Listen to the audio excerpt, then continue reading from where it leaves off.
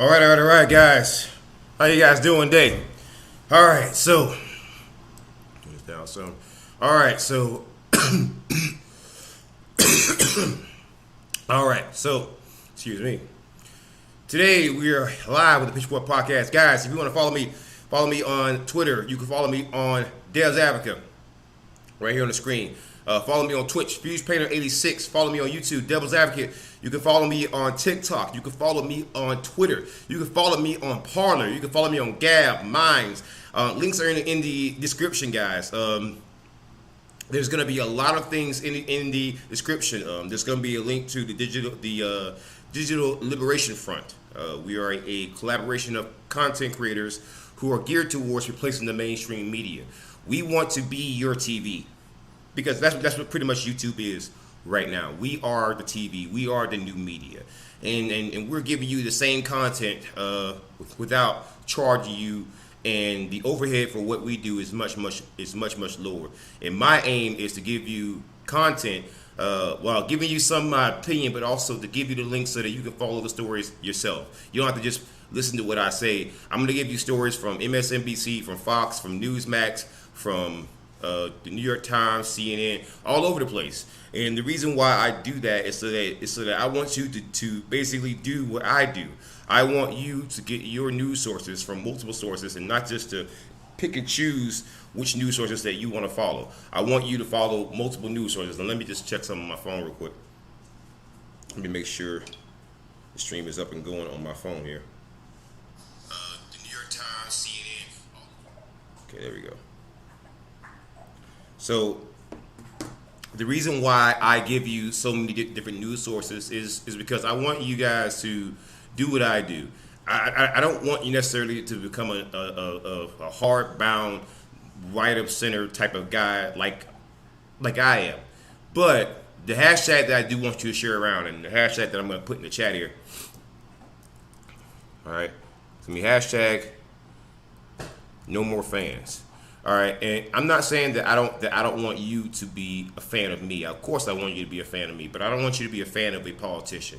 I don't want you to be fans of any more politicians. I want you guys to question everything a politician tells you. I want you guys to question everything a judge tells you. I want you guys to question everything a lawyer tells you. I want you guys to be your own advocates, because as you've seen, there's a Republican Party. There's a Democrat Party, there's a Libertarian Party, there's a Progressive Party, there's a Green Party. There's all kind of parties, but there's not an American People's Party. No one that's just going to do what you want them to do based on what you voted for them to do.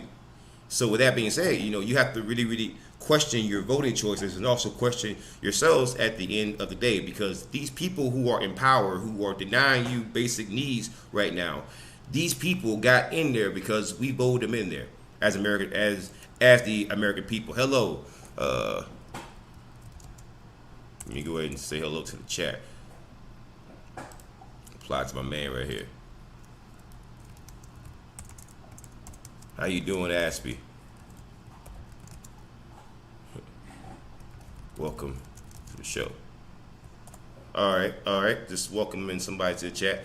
All right. So basically, what I hope to accomplish with this show is that I want you guys to not become so much more educated than I am, or more educated than anyone else, but at least know how to look for the information. All right, that's great, Aspie. I'm glad that you're doing good. The incredible Aspie's in the chat on YouTube. By the way, guys, I haven't forgotten you on Twitch. I love you all too. This is also the FusePainter86 channel on Twitch and on DLive. I am Mr. Devil's Advocate. I found your Discord server. All right. Let me go ahead and check. Go ahead and make sure I add you to my Discord server. See, you came to general. Critical Aspie. Okay. All right. Let me go ahead and give you a roll. There you go, my man. You got a roll. So there you go. You are on your phone, and I'm on my Discord right now. I'm just let me know if you want to hop in the chat, and if you want to use the Discord audio so that you could be on a phone call with me. I will do that for you because I love you and I am accessible. It's one thing about me is that more than most content creators, I'm willing to actually talk to you. because I believe that that you guys take your time to come and watch us. You guys take your time to come and give of your time, and oftentimes you give donations and you give so much to us. You give us your eyeballs and your time out of your day to look at things that we make, and I don't take that lightly. I mean, I know sometimes I can be harsh, but I would not do all the crazy animations that I do, you know, all the stuff that I do, and all the amount of work that I put into some of these long form videos, some of these long form animated videos, if I didn't care about what you guys thought. And so over time, just over the years, I've listened to some of your criticisms, and I think I finally found a format in which I like. And I find that the quicker, quippier things, you know, getting to point A to point B to kind of explain things to my to my audience better. I feel that me as a content creator, I feel that I owe you that. Now, have I always been the nicest guy in the world? Well, no, but I have a demon for an avatar for a reason. You know, I'm not always the nicest guy. I'm not always the most approachable guy. And that's a fault that I'm working on within myself. To be more transparent with you, I understand. I hear you. Sometimes I can be very, very angry. But the reason why is because, like, I handle, as a journalist, I handle so many stories in which people get screwed over. And I've been screwed over a lot in my life. And so, like, that's why I get so fiery, man. I just don't want to see the American people get shit on. You know, I don't want to see I don't want to see anybody's people get shit on, but especially not my people. You know, like I'll give you a prime example, right? There's a story of a woman named Brenda Bryant, and Brenda Bryant's daughter name was Stephanie Bryant. Her daughter Stephanie Bryant was mentally disabled, and she got gang raped, and she got an STD. And so Brenda tried to press charges against the men who gang raped her daughter, and the then sheriff, who was Leon Lott, who's still sheriff in Richland County. You might have heard of him. He was on Live PD. Yeah, same Richland County. Went and pressed charges, wouldn't do anything. The county solicitor at that time said that her daughter was a fully competent mentally disabled woman, that was not true. Brenda took it up to the Supreme Court in South Carolina, and she won a Supreme Court case called Madison Bryan v. Babcock Center. And after she won the case, Brenda became a fugitive somehow. Because the money that she won through the court case was about $126,000, and she put it into a trust fund. And after she put it into a trust fund, suddenly she started being dragged into court case after court case after court case, being charged legal fee after legal fee after legal fee, to the point where all the money that she had won had been dried up by South Carolina courts. And then what happened to Brenda was that when she couldn't afford a final $10,000 payment, a bench warrant was issued. And Brenda Bryant went from having a daughter who was gang raped and got an STD, and who she sued and took it up to a state Supreme Court and won the case on behalf of. And she went from that to being a fugitive. So if people want to know why I question the power, I question the system, I question cops, I question courts, I question injustice, I question bullshit. Brenda Bryant is you know, aside of my own personal story, Brenda Bryant touched me that much because I know her personally. I have a phone number. You know, I talk to her every now and then. I put out that video that fully animated deep dive into her story. I put it out right near her daughter's birthday, intentionally, to let her know that I didn't forget about her. Because, you know, Brenda had been thinking about suicide. She ain't been home in over 9 years. That's what happened to Brenda Bryant. And I guarantee you, most people watching this podcast right now have probably never heard of her. Let me give you her story. I'm telling you, once you look into her story, it's fucking insane. I'm telling you, Brenda Bryant. Let me go look it up real quick. It is something that I wish I could explain to you in full detail, but I think that you have to read it from another source. This is from Greenville News. This is not from anything that I'm affiliated with. I'm going to post it in the chat. Let me see if it posts.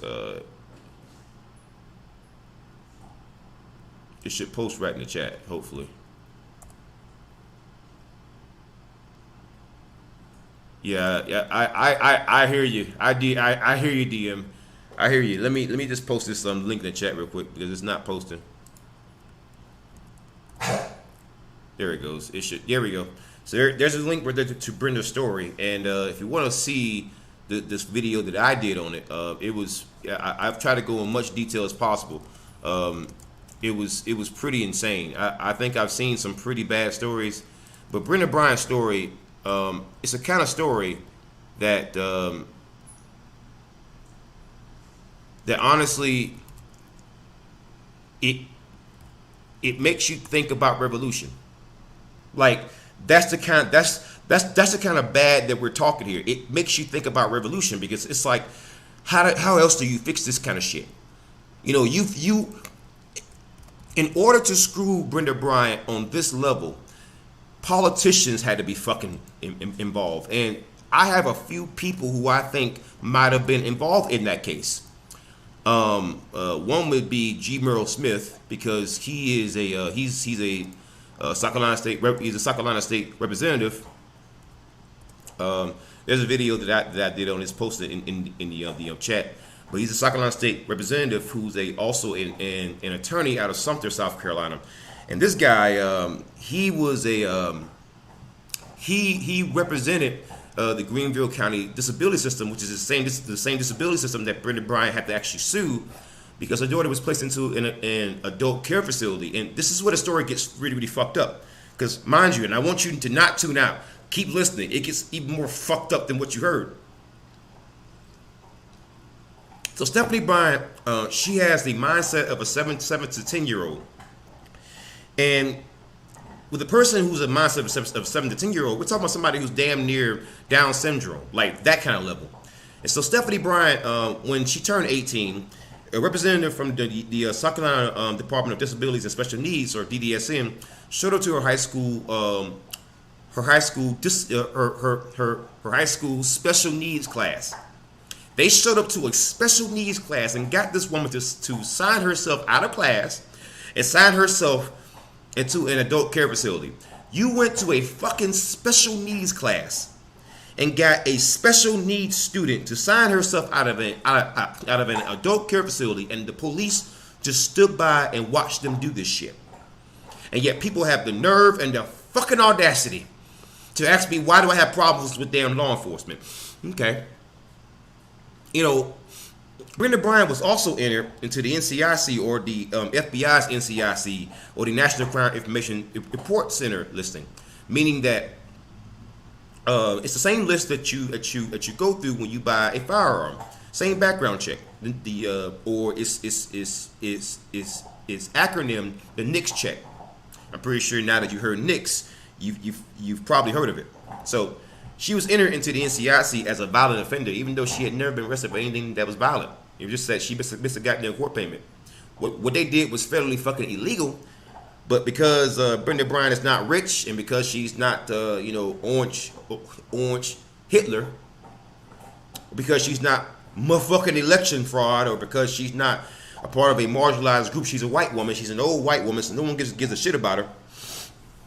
Because of all those factors, Brenda Bryant she hasn't been home in over 9 years. So you want to know why I'm so hard on cops, I'm so hard on judges, I'm so hard on politicians and shit like that?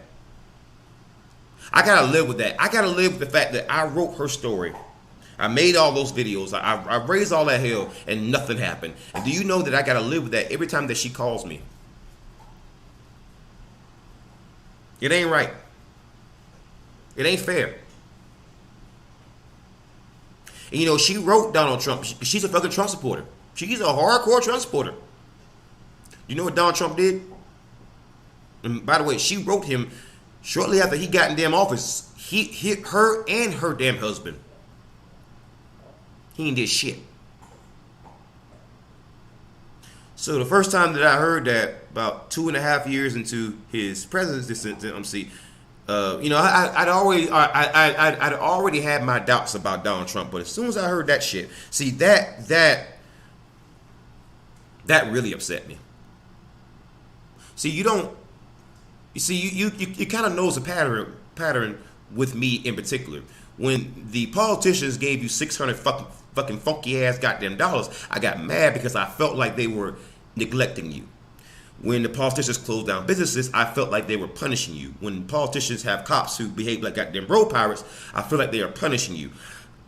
The pattern that you see with me is that when you abuse or you neglect the American people, I get fucking angry, and I don't give a shit what your damn counter argument is. Fuck all that shit. These are my people, and you don't abuse my damn people. I don't give a damn who doesn't like it. I don't give a damn who thinks that I'm being, over dramatic about it. But these are my people, the American people. When I signed up, to join the military, it was originally because I was still had I was a little bit upset over 9/11.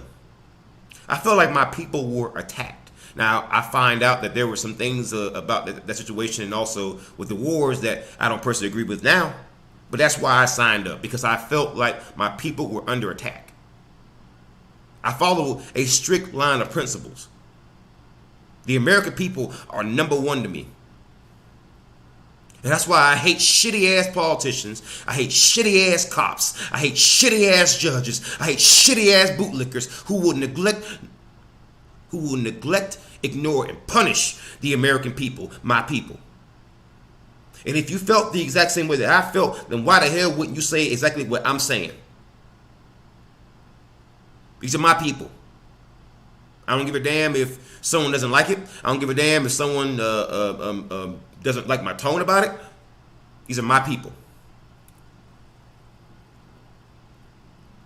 You're the reason why I put on that damn uniform. You're the reason why I decided. You're the reason why I decided that taking a bullet was worse than watching my people being attacked. Or at least at the time that I felt were being attacked. Now, with that being said, guys, I went into that long monologue, that long brouhaha, for a reason. I get these people who show up in my chats, who show up in the comment section. They're always so upset. They're always so angry at me because I said this or that or another, or I upset them. And what I always try to explain to those individuals in particular is that there's a reason why I say what I say. Is that I'm not trying to be mean to anybody. I'm not trying to be inconsiderate to anybody. And I'm not even trying to talk down to anyone. The point of me saying, the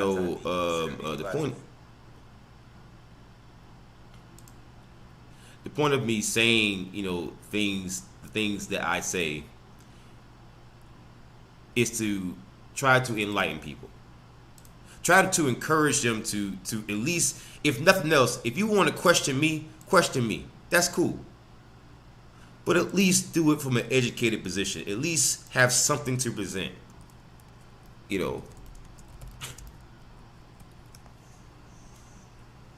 At least try to look for information before you just spew things out. It's all right to troll. Trolling is fun. I troll all the time. I crack jokes all the time, and everyone knows that about me. And one thing about me is my thumbnails are funny. A lot of the things in my videos are funny. But I love jokes. I do. I'm a very funny guy. I think I'm a funny guy. I think I'm a very sexy guy. I think that if I was in your presence right now, you would melt from my chocolateness. I think it'll be a freaking reverse osmosis fondue. Like it wouldn't be fondue chocolate melting. It'll be the chocolate would be melting you. It's like the freaking Matrix. The spoon doesn't bend. The spoon bends you. You know what I mean? That's what I think would actually happen if I were in your presence. If my gigantic chocolate self, because a lot of people think that I'm a very, very small person. That is not true. I am a very large man. And that's why, like, if you look at the camera, actually, I'm sitting back a little bit further from the table, and you can see how far back I am from the table. But I still can't quite fit in the frame because I'm a pretty tall guy, man. So like, I'm a lot taller than what I seem. With that being said, guys, I give you guys all this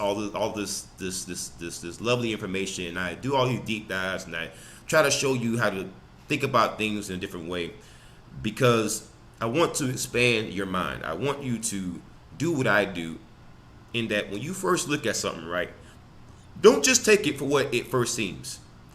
Now, I've made, I've made that mistake, and the Incredible Aspie is saying something funny in the chat. Boink, boink, boink. Yeah, I've made the mistake of judging things the wrong way, and even I make that mistake. But I want to encourage everyone to not make that mistake. Because had we been more honest and looked into things further, society would have been progressed so much further. But because we just take things for what they seem at first, and because we take things because it confirms our biases, unfortunately, I think that has held us back considerably. So I challenge us. I encourage everyone listening to challenge yourself to be different and challenge yourself to question everything.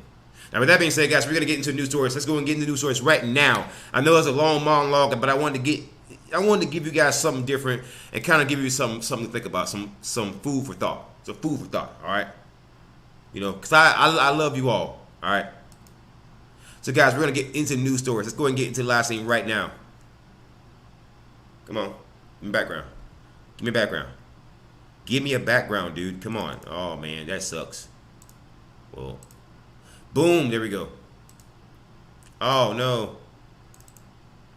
It died. It died. It died. There we go. It didn't die. It lived again. All right, guys. So we're going to be reading from several news sources today.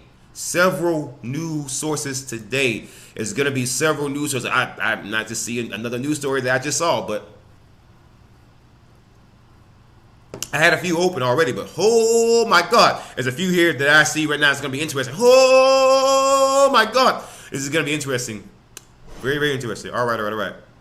So, first news story, Trump backers rally in Washington ahead of vote certification. Guys, I'm going to give you the link in the chat. This is going to be from Newsmax. All right. We're going to get right to the news stories, guys. I try to entertain you and also give you the news, actual infotainment. First story is going to be from Newsmax. Trump backers rally in Washington ahead of vote certification. Oh, my God. He's wearing a bulletproof vest. No mask. No mask. No mask. No mask. No mask. No mask. No mask. Yeah, this is published on Tuesday, January 5th, which is today. Happy belated New Year. Hundreds of Donald Trump's supporters began massing in Washington on Tuesday, a day ahead of a protest called by the outgoing president, who refuses to concede defeat in November's election. Coming from all corners of America, and demonstrators said they had answered Trump's appeal to gather in the Capitol Wednesday when Congress is expected to vote to finalize President-elect Joe Biden's election victory. Oh my God. So they want to show up to Washington to protest a foregone conclusion. Imagine for a second, ladies and fellas, if your partner show up to freaking bed, right? And you're sitting there biting your nails because you already know sex happened with no condom.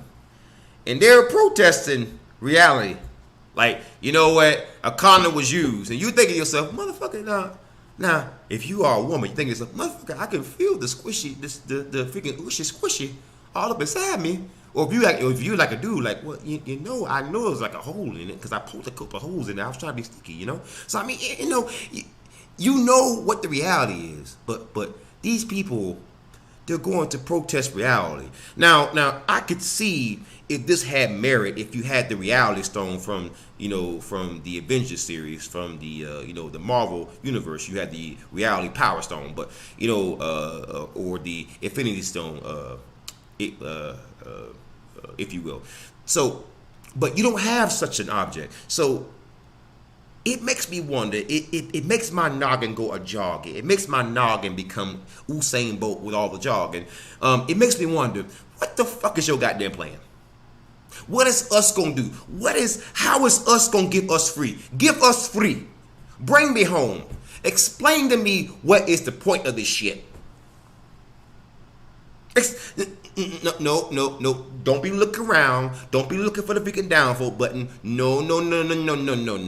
Because downvote buttons is not gonna give you the freaking reality stone from the freaking Avengers, okay?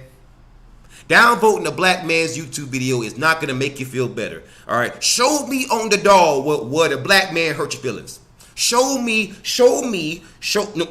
Take your fingers. Show me on the black man doll, on the Negro doll, where the Negro hurt your feelings, just by telling you the goddamn truth. Your president fucking lost. Alright? If you want me to not be so Frenchful, the motherfucker lost. He was shit back in 2016. He wasn't shit in 2020. There is your difference. You see how, if you are a guy, you have sex and you have a nut. If you're a virgin, you don't have sex, you don't get a nut. You are nutted and unnutted. You see how that shit works? See? Nutted, unnutted. Right now, Trump is unnutted. You want to know why he's unnutted? Because he did shit like this. Because one of the main reasons why I jumped off that goddamn Trump train, I hopped off that train, I somersaulted, I did me a fucking Metal Gear Solid, fucking run and jump, and I hopped like Tom Cruise. I was a young black ass Tom Cruise, boy. I was hopping. I was in slow motion like Neo in the fucking Matrix, just slow motion, just. I hopped off that damn train. Do you know why I did that shit? You know what I saw? Know what I saw? It's when country motherfuckers like these motherfuckers you see in this goddamn picture right here, when they start showing up. See, black folk in the black community, we have our ignorant folk, right? And in the white community, you have their ignorant folk. And white folk know exactly what I'm talking about. You have your nice white folk, and you have your other white folk. You have your people, your white folk who come from Colorado, places like that. Generally nice people. Won't do much to you. There are some shady folk in Colorado, but for the most part, they're pretty nice people. And then you have your people who come from some parts of Florida or West Virginia. Country road, take me home. Yeah. That kind of West Virginia. Yeah, that kind of West Virginia. The cousin fucking capital. That one. All right. That be the one that I'm talking about. See, you know what I'm talking about. See, when them folks started showing their little face. See, I spent more than 30 years of my black Negro life in South Carolina. And the one thing that I do understand about them kind of folk is that when they show up, shit starts going sideways. The same way if niggas show up. And I'm sorry that I use that word, but that's what they are. There are black folk and there are N-words. Hate to use that word, but let's just keep it a buck. I'm keeping it $1.50. I'm keeping it $2. I'm keeping it $3. I'm keeping it $5. Okay. When these folks show up, or when the other type of black folks show up, that's when the movement is gonna go sideways. The problem is that these kind of folks, they weren't just showing up; they were the bulk. Oh my God! When they are the bulk, oh my God, you got a problem. Oh my God, you want to make sure that these country ass cousin fucker types. You want to make sure that when when the door knocking starts, that you want to make sure that these ancient mofos who's knocking on goddamn doors. You want to make sure that these ancient mofos knocking on doors. You want to know why? Because the exact same way as they're appearing there, that's how they're knocking on doors. Oh my God.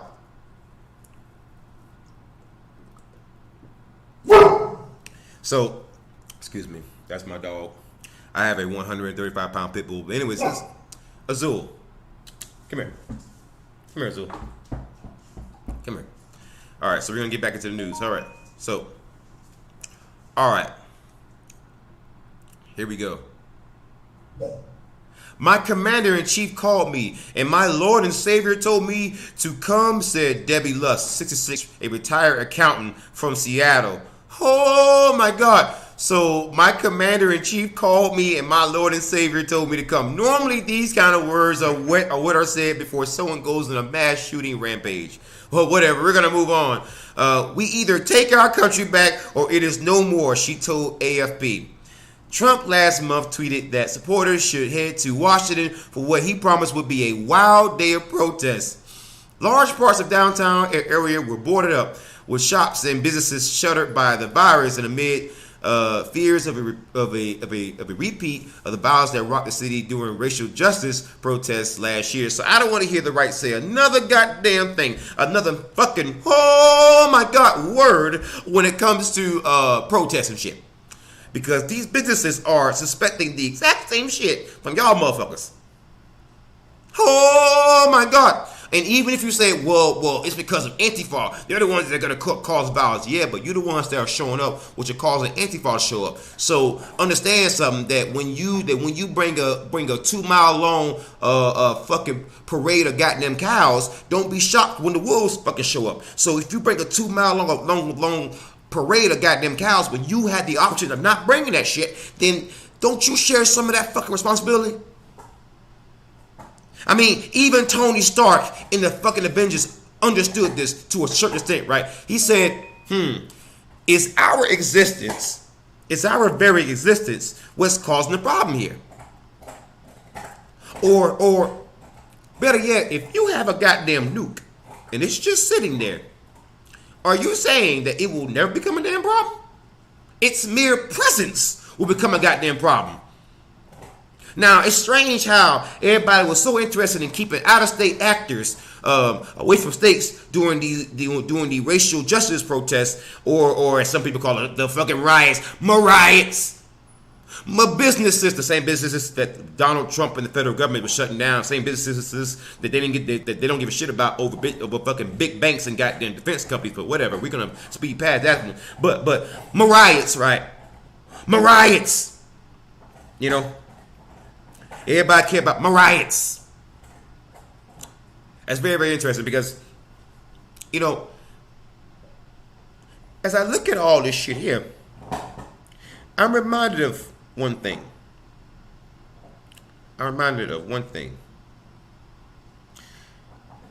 My grandma had a statement, and she said that, you know, some people misunderstand, you know, that whole saying of you once a man, you twice a child, because that also applies to making points.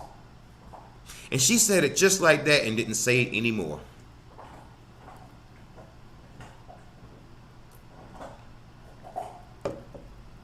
You know, I find that to be very, very interesting. It's very interesting how when people don't get their way, suddenly it's time to, you know, time to fight. Like that freaking 30 Seconds to Mars song, you know. From the right to the left, we must fight to the death.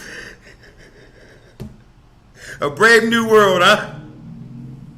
You're so stunning and brave, guys. A brave new world. Yeah. Okay, I'll stop. All right, so we're going to move on here. Trump has refused to accept his election loss, making repeated claims of fraud or vote rigging in the states where he was narrowly beaten. Various courts have rejected legal challenges from Trump's team, but he and his legal team, undaunted, continue to allege massive and system fraud. More than half of Republican voters believe Trump won or aren't sure who did, according to a survey last month from researchers at top universities, including Harvard. That confusion was echoed by many of the mainly upbeat supporters who had gathered under gray skies at a chilly Freedom Plaza near the White House on Tuesday. Oh my God! So y'all out there freezing y'all ass out for no reason, bruh.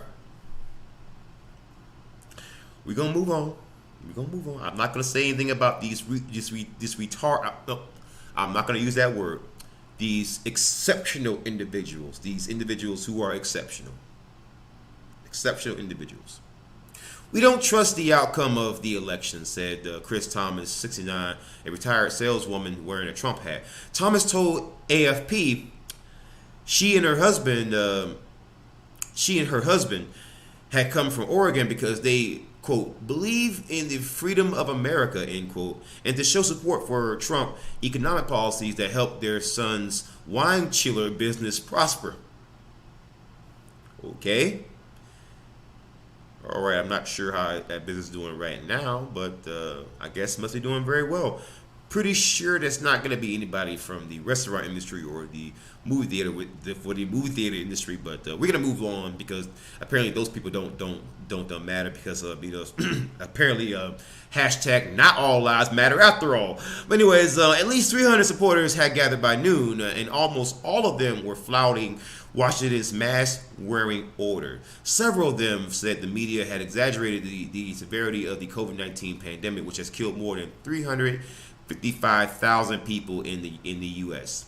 Vice President Mike Pence is to preside over Wednesday's joint session of Congress, in which lawmakers will count and confirm the state-by-state electoral college votes that decide the presidency. That certification is usually a formality, but Trump has been pressuring his loyal deputy to overturn Biden's win, claiming Pence has the authority to discard pro-Biden votes. That claim is in dispute. Oh my God. You think so? I dispute the shit out of that claim too. That is a ceremonial position. Pence can't just do that. In fact, Pence has already kind of said, I'm not doing that shit.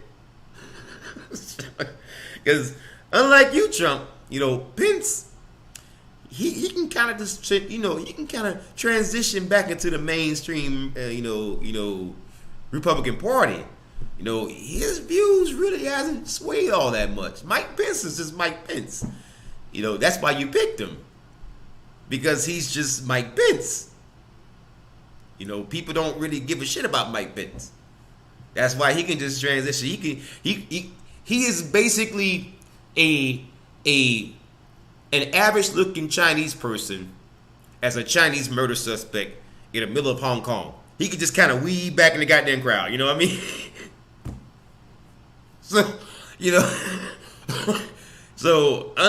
Trump, you can't do that. I mean, people aren't really hard on Mike Pence. They're hard on you, Trump. They don't really give a shit about Mike Pence. I mean, in about 5 or 6 years, people won't even remember Mike Pence. The only reason why people remembered Joe Biden is because he kept running. But if Mike Pence just says, I'm not going to run anymore, people probably won't even bring him up. To be quite honest with you, they probably won't even bring him up. Let's just it's like that one Dej Loaf song. Let's just be honest. Let's just be real. Yeah, let's just be honest. Seriously, no one's gonna remember fucking Mike Pence. I mean, he's forgettable. Forget about it. He's just very, very forgettable. Let's move on here. That claim is in dispute, but not in dispute is supporters' faith that things will break Trump's way. It would really surprise us if Pence doesn't back Trump, Thomas, the retired saleswoman, said. Many demonstrators were hoping for a last-minute surprise that would keep Trump in power beyond January 20th, the date of Biden's inauguration. Oh my God! We would normally call this blind faith, but we gonna move past that. Strange how the same crowd belongs to the same people, but we're gonna move past that. Trump won by far. There's more than enough evidence, said Matthew Woods, 59, from California. Anthony Lima, also from California, said he had traveled to Washington because he wanted to see for himself what was happening. A lot of news agencies don't tell us the truth, he said. I am open to believe Joe Biden and Kamala Harris won the election. I just want an investigation. Oh my God, you're a grown man. Look it up.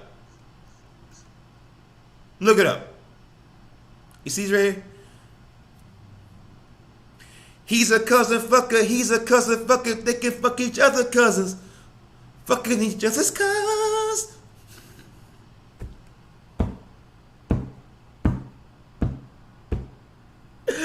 Yo. Y'all can clip that. Y'all can clip that. I know.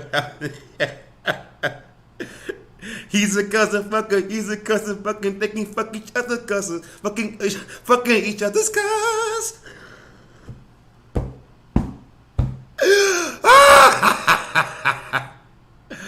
All right, we gotta move on. All right, Newsmax. Trump VP can reject fraudulently chosen electors. Oh my God.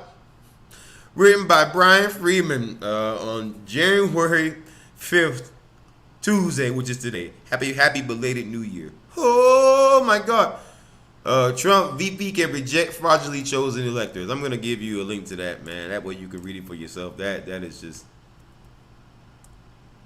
yo, Aspie, I love you, man. I love you for downvoting, man. Yes, I'm gonna sing that song. You gotta admit that was funny though. That was funny as fuck. You gotta admit, I'm better live, man. Cause I come up with shit off the top of my head. I'm like, like if I didn't stutter, man, goddamn, I'd be a monster. But we're gonna move on to the story. So, anyways, he's gonna repeat the title here. Trump VP can reject fraudulently chosen electors. He actually tweeted this shit out on Twitter. And I did a little a minute or less video about it. In fact, I'm gonna give you a link to that, guys, real quick, because that was kind of a funny one, real quick. He's a cousin fucker. He's a cousin cooker. They can fuck each other cousin. Fuck each other's cousins. Yo, man, I know, man. I be cracking up sometimes. I be cracking up. I got jokes, man. But that's how I be sometimes, man. I like to have fun, man. There you go, man. That's a minute or less video I did on that, man. I think that'd be pretty funny. So, anyways, so it's based on a tweet that he tweeted out on Tuesday earlier, and he tweeted this shit out, and I'm gonna give you guys a link to this tweet. It's quite exceptional. I'm not gonna call it the R word, the retutu word. I'm gonna say that it is exceptional. It is exceptional. There is the tweet right there from Trump. The Trump right here says the vice president has the power to reject fraudulently chosen electors. Oh my God! Wow. Listen, high caliber little girl. The entire world knows the map doesn't add up. High caliber girl. Listen, first of all, you have high caliber in your name. High caliber is a shit gun brand. So first of all, you failed by just by having that shit in your damn name. So first of all, I don't give a shit about what your damn opinion is. If you bought a fucking high point or a high caliber, seriously. Oh my God! Please stop. Jab Pasovic, really? Mel Gibson in Freedom, bruh.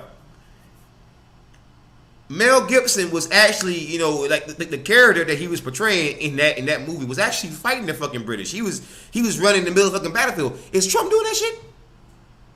Bruh, the biggest battle that Trump has ever fucking got into is keeping that fucking toupee from flying off his fucking head.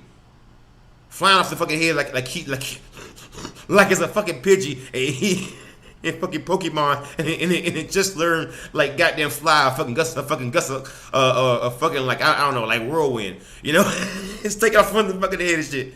Alright. Seriously. Really, you don't think that this is a little bit dramatic? Bruh. Oh my God. Really? President departing Dalton, Georgia. For the last time as president.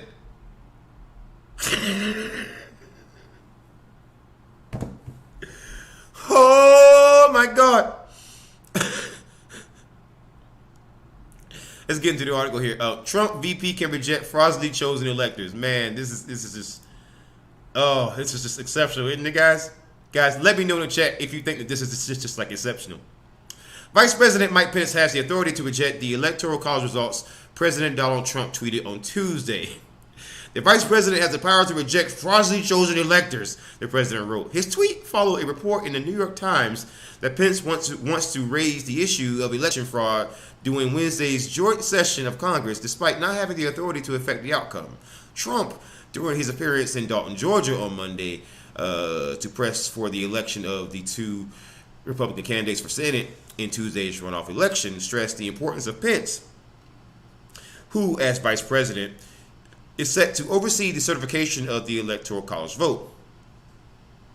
I hope Mike Pence comes through for us. I have to tell you, Trump said. I hope that our great vice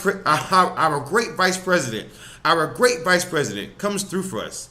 He's a great guy, of course. If he doesn't come through, I won't like him as much. According to the Times, the role of the vice president in certifying the Electoral College is largely ceremonial. Oh, Lord. Oh, my God. This is just painful. You tried to sue, bro. At this point, are you gonna sue Jesus? Let's suppose just for a second that Jesus said, "I didn't want Donald Trump to become president." Suppose for a second that Jesus said it, right? Would you then sue Jesus? Because we actually have had a guy who sued God. Let me go and show you that real quick. A lot of people don't believe me when I say that shit. The man who sued God. There was a man who sued God before.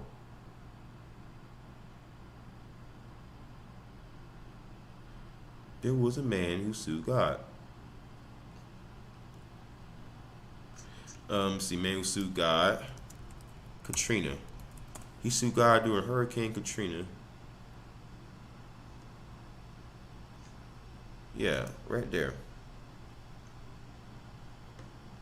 Yeah. Yeah.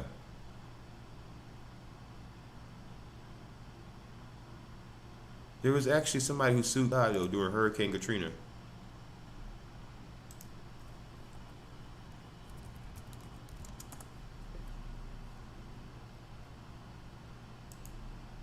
Let me see. Yeah, him, right there. Ernie Chambers. Ernie Chambers actually sued God. The man literally sued God and actually got his day in court. Ernie Chambers was sick and tired of God's role in causing widespread death, destruction, and terrorization of millions upon millions of the Earth's inhabitants, so he sought a legal injunction. My man sued God. Oh my God. My man sued God. Yo, I'm gonna give you a link to that story. There you go, man. That's a crazy story, bro. There you go. I'm gonna repost that because I don't think it posted on Twitch. That way you guys can have that story. That story's wild, man. Oh my God. Literally. Oh my God. I remember when I first heard about that story, man. I almost died laughing. I was like, you did what?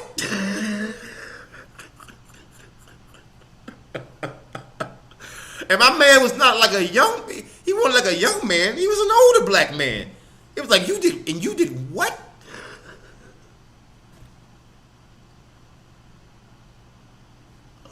Yo, I was like, press X to revive me. I'm dead, bro. Press X to revive me. I died, bro. I died. I need a sensu bean, okay? Bruh. My man sued God and actually went to court against a motherfucker who wasn't even present. My man sued the invisible man. Yo, that is wild, isn't it? Like,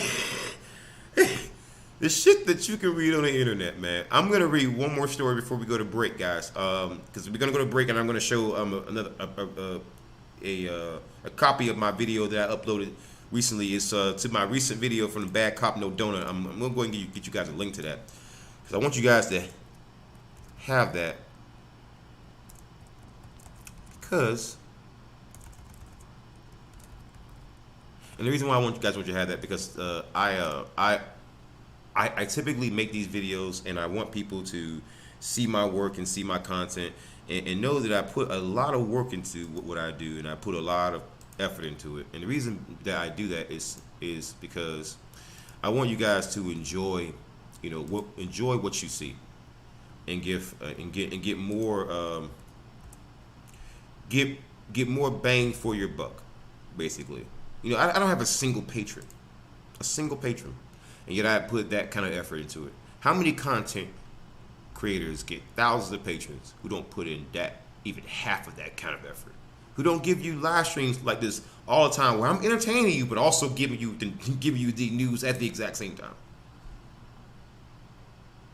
You don't really get this from too many other channels for free.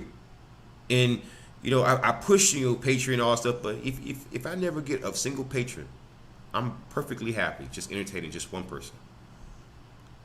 Perfectly happy. Because I like doing this.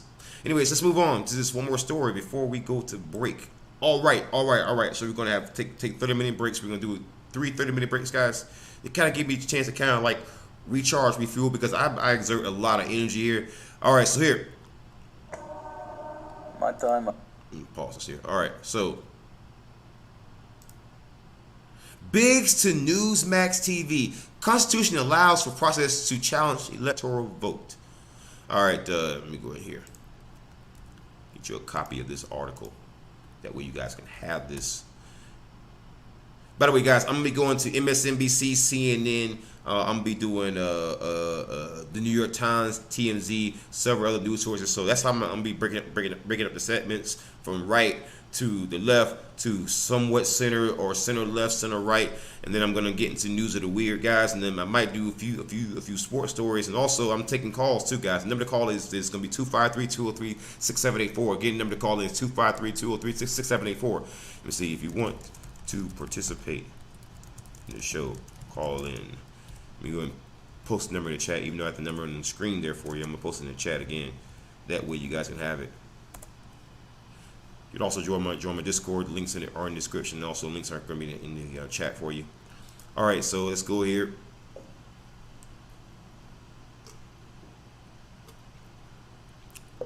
Bigs to Newsmax TV. Constitution allows for process to challenge the Electoral College vote. No, it doesn't, but whatever. We're going to move on here. This is written on January 5th on Tuesday, which is today. Happy belated New Year.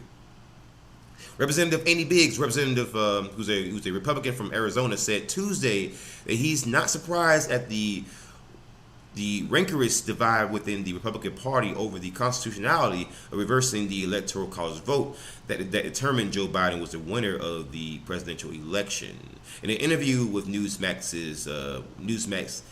TV's National Report, Biggs said he disagrees with the GOP Arkansas Senator Tom Cotton's constitutional objections to such a move.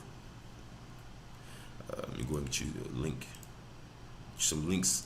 Whenever I see hyperlinks, I'll try to advise you for those links too. That way, if you can't exactly see the article or bring it up for any reason, I can still provide you with the links, that subsequent links, so that you can at least see what they base the stuff off of. That way you can fact check them too. Cotton has declared that under the Constitution and federal law, the Congress's power is limited to counting electoral votes submitted by the states, and that should Congress do so, it would take away the power to choose the president from the people, which would essentially end presidential elections and place that power in the hands of whichever party controls Congress. Biggs said that he believes Cotton is wrong. To be frank, I did not anticipate this divide would take place, he said, adding the Constitution is the most important institution. I apologize for that. I think sometimes folks overthink this. he said, insisting the Constitution allows for this process, almost demands we make our case and try to make sure we preserve an election process that is honest and fair.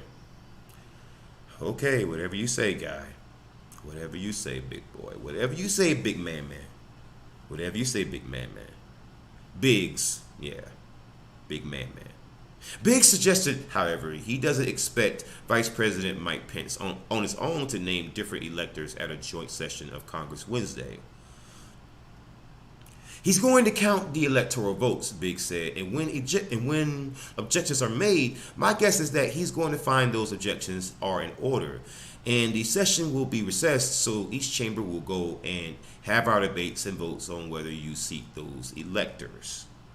Biggs said it's still unclear if senators from 6 states that have been contested by the Trump campaign will join a challenge of the Electoral College votes. We've been working with senators, he said, adding, I feel certain if you don't get all 6, you'll get a majority of those states still being debated.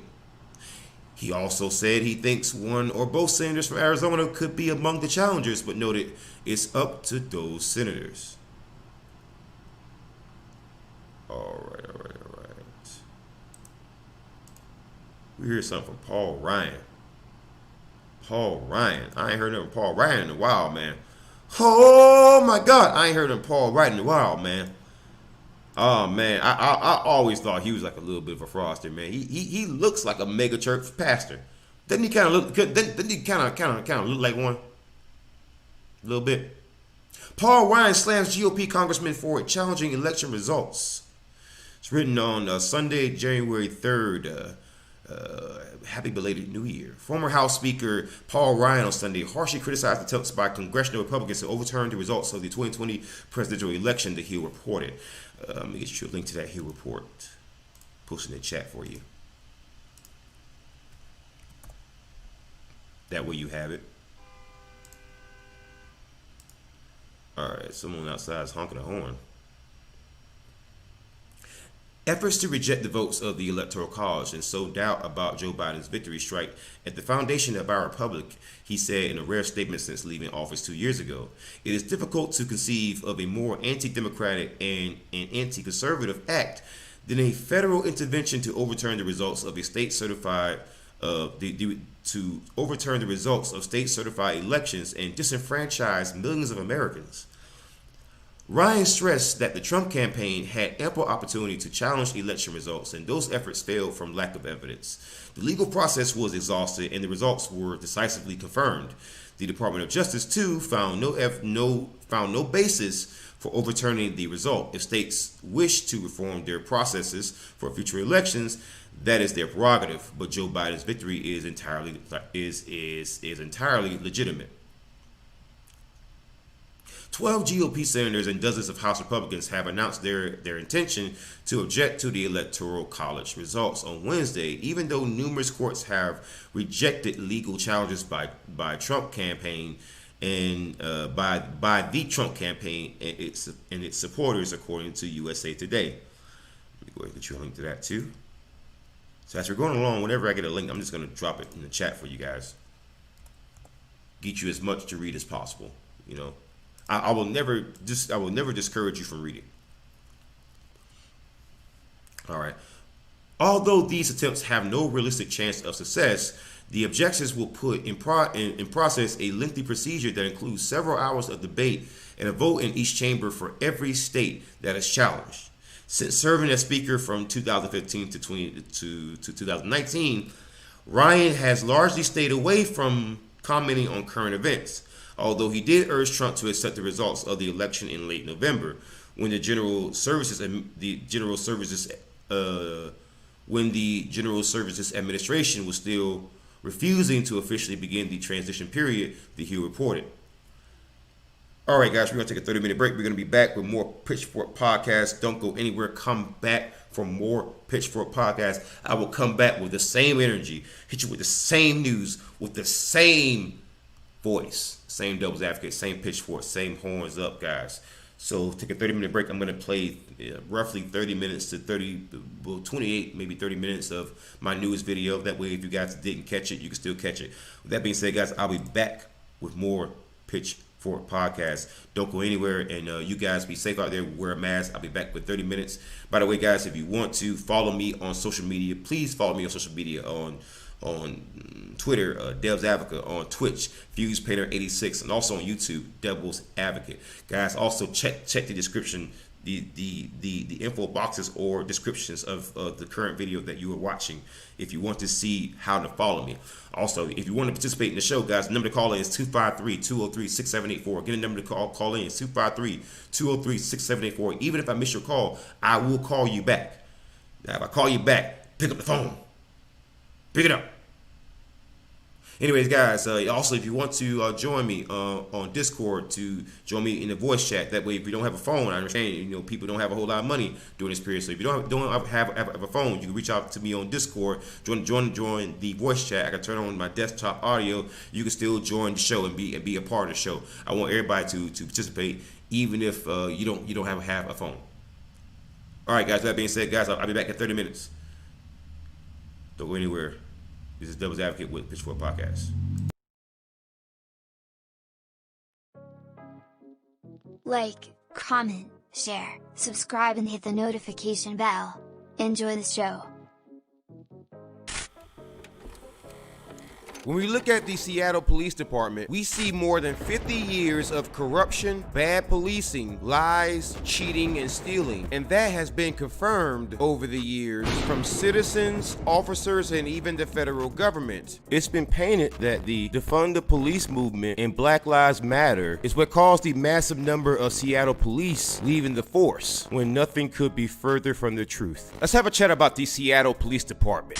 Back on June 8th, 2020, the Capitol Hill Autonomous Zone, or CHAZ, also known as the Capitol Hill Organized Protest, or CHOP, established a self-declared autonomous zone that was located in the Capitol Hill neighborhood of Seattle, Washington. It covered Carl Anderson Park and 6 other blocks. And it came shortly after the Seattle Police Department abandoned the East Precinct building. Welcome to CHOP, and for those who live in it, it is now a part of their daily lives. 6 city blocks have now been transformed, now called CHOP, or the Capitol Hill Organized or Occupied Protest. And now you might be saying that sounds an awful like it was absolute chaos and anarchy, and it certainly appears unwarranted. However, I am reminded of the words of Dr. Martin Luther King. A riot is the language of the unheard. There were people out there claiming that the autonomous zone and the defund the police movement was the reason why officers were leaving. And they say this despite the fact that I can find YouTube videos from a year ago where officers were leaving the Seattle Police Department due to complaints about a toxic work environment and corruption. These 42 exit interviews of Seattle police officers have a lot in common.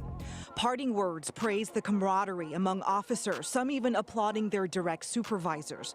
But a common complaint that popped up over and over again is about city politics. Officers who say they feel a lack of support from City Council. It would almost appear as if the Seattle City Council and the Washington State Governor Jay Inslee had no issue with the right wing in this country and the thin blue line or Blue Lives Matter folks just blaming Black Lives Matter and the defund the police movement, CHOP or CHAZ or whatever you want to call them, for all the issues that were happening with police, because that would take Governor Jay Inslee and the Seattle City Council off the hook for all the corruption that happened on their watch. So if you can blame non-government actors for problems that the government caused, well, if you're the government, why would you want those non-government actors to not catch the blame for something that is clearly your fault and something that was going on for a long time before those non-government actors even existed? Excuse me, but Black Lives Matter was not founded until July 13th, 2013. And here is a U.S. Justice Department report from 2011 stating that the Seattle Police Department was engaging in biased policing. And that's going to be a very important note, because this will not be the last time the U.S. Justice Department essentially calls the Seattle Police Department a bunch of racists. In fact, when you look into the Seattle Police Department, there is corruption and issues from top to to bottom. The issue with making this video was condensing all of the issues that the Seattle Police Department currently suffers from and has suffered from for quite some time. Let's take a look at some examples. It is well known that the Seattle Police Department has had serious issues with racism, and that's one of the main reasons why they've been losing minority officers over the years. Here, let me give you some examples of that. Now, on the screen before you, it's a screenshot from the webpage of the ACLU in Washington State, and they have so kindly provided a timeline that outlines a decade of abusive police practices, corruption, flat-out racism, and the federal investigations that confirm that racism. Let's look at some of the Seattle Police Department's greatest hits. This footage that you're seeing of a protest may look recent, but this protest footage is actually from 2010. Now, for our first incident, we have the shooting of John T. Williams, who was a Native American who was shot 4 times by former Seattle police officer Ian Burke, and Williams died at the scene. The shooting was ruled unjustified by the Seattle Police Department's own Firearms Review Board. Now, you might be saying, why was there protests and riots and so many people who were angry over the shooting of John T. Williams? Well, for one, this shooting was unjustified. 2, the man was a Native American, so he was murdered on his people's own land. And 3, he was a wood carver, or basically a carpenter. This murder struck a chord with so many people because John T. Williams was a carpenter who came from an oppressed people who was murdered by authorities. Gee, I wonder if there's any parallels to other stories that many Americans hold near and dear. So as you might imagine, this could have hurt their recruitment chances with Native Americans. And now let me show you where it hurt their recruiting chances with Hispanic Americans. You see, just like the John Williams case, there was another case that the federal government featured that shows some pretty unmistakable racial bias and some pretty interesting choice of words, while somebody who hadn't even done anything wrong was being assaulted by not 1 but 2 officers. This racially charged video has caused a firestorm of controversy, not just in Seattle, but around the world. You can clearly see Seattle Police Detective Shandy Cobain kick a Hispanic man who he mistakenly thought was a robbery suspect. And then there's the audio. You got me? I will beat the Mexican piss out of you, homie. You feel me? Seconds later, the man moves his hand, appearing to wipe his eye. The officer kicks him in the head as he wipes his boot on his hand. A female officer stomps on his leg. Police realize they detained the wrong man, lift him up, and let him go.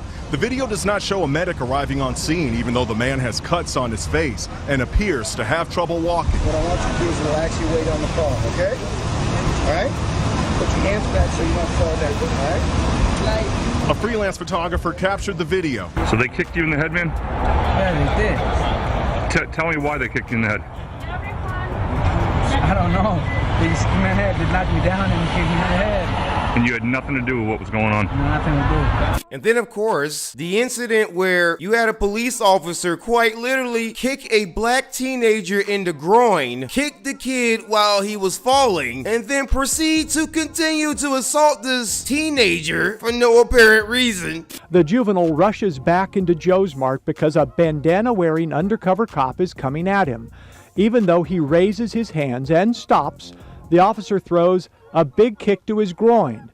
The kid falls down and gets 2 more hard kicks to his chest and his face. And the reason why I highlighted those specific cases is because those are the 3 cases that were highlighted by the U.S. Department of Justice. The American Civil Liberties Union, or ACLU in Washington State, was so kind as to provide a full detailed list of just some of the things that the Seattle Police Department has been involved in. And one could say that this list is quite exceptional. You had the 3 incidents that I just mentioned. mentioned, on Friday, December 3rd, 2010, the then acting Assistant Attorney General received a letter from 35 community organizations, and as a result of that, the Department of Justice decided to launch an investigation into the Seattle Police Department. On Friday, December 16th, 2011, the DOJ completed their investigation, and they reported, quote, a pattern or practice of constitutional violations regarding the use of force that result from structural problems as well as serious concerns about biased policing, end quote. Friday, July 27, 2012, the U.S. government and Seattle entered into what is known as a consent decree requiring the city to implement reforms, quote, with the goal of ensuring that police services are delivered to the people of Seattle in a manner that fully complies with the Constitution and the laws of the United States, effectively ensures public and officer safety, and promotes public confidence, end quote. A U.S. district judge named James Robart ordered that the final approval of this consent decree will be entered after the city, quote, achieved full and effective compliance and maintained such compliance for no less than 2 years, end quote, or the, quote, sustainment period, end quote. On Monday, January 14, 2013, a community police commission was created, and the goal was to, quote, promote greater transparency and public understanding of the Seattle Police Department, end quote, and was charged with reviewing the police accountability system and making any necessary recommendations. Now, we're gonna pause here, and there's a reason we're gonna pause, because there is a report from the Seattle Times that you must see, because it is quite exceptional. When the U.S. Justice Department launched their investigation and then in 2011 found evidence of biased policing and demanded an overhaul to Seattle PD, the then police chief was John Diaz, and he was police chief from May 2009 to May 2013. Now, if you were to go back over here to this ACLU report, what they point to is that on Thursday, April 24th, 2014, the Community Police Commission, or CPC, that was formed on January 14th, 2013, recommended some changes to the accountability system due to a scandal involving the police chief who was a different person from John Diaz, who oversaw the department, who apparently engaged in biased policing. Now, this next story is quite amazing because this would mean that back-to-back chiefs were involved in major scandals that hit nationwide headlines and had federal implications. Now, the reason why this is interesting is because the interim police chief for Seattle was Harry Bailey, and according to the Seattle PI report from 2014, or the same year that the ACLU is pointing to, there was a 16-page special review from a former municipal court judge named Ann Levinson, who used some actions by the then interim Seattle police chief Harry Bailey as examples as to why the Seattle Police Department might need some reforms. This man was going out of his way to just cover up things that officers were doing. Do you understand the implications of this? This man was supposed to replace the last guy who oversaw a department who engaged in some less than savory activities. So then this guy then turns around, being a black man, and decides to start covering up misconduct, and that shows that just making the police chief darker doesn't solve problems with corruption. Now, you would think that the Seattle Police Department and their officers plus their police chiefs would be on their best behavior, given that the federal government, state governments, and community organizations, along with the media, were on their backs and watching everything that they do. And now that they've had this consent decree, surely the Seattle Police Department would have honored their end of the deal to show transparency and also to not just abuse people. Well, you would be sadly mistaken if that's what you thought. For example, in 2014, a Seattle police officer by the name of Cynthia Whitlatch accused an elderly man of threatening people with his golf club and also threatening her with the same golf club. When it turns out, this man was not threatening anyone with the golf club. He was just walking while using the golf club as a cane because his walk was over 10 miles and he had taken the same route, oftentimes with the same golf club, for years. You just swing that golf golf club at me. I did not. Yes, you did. Right back there. I didn't see you on the way no golf club. It was on audio and videotape. Put it down.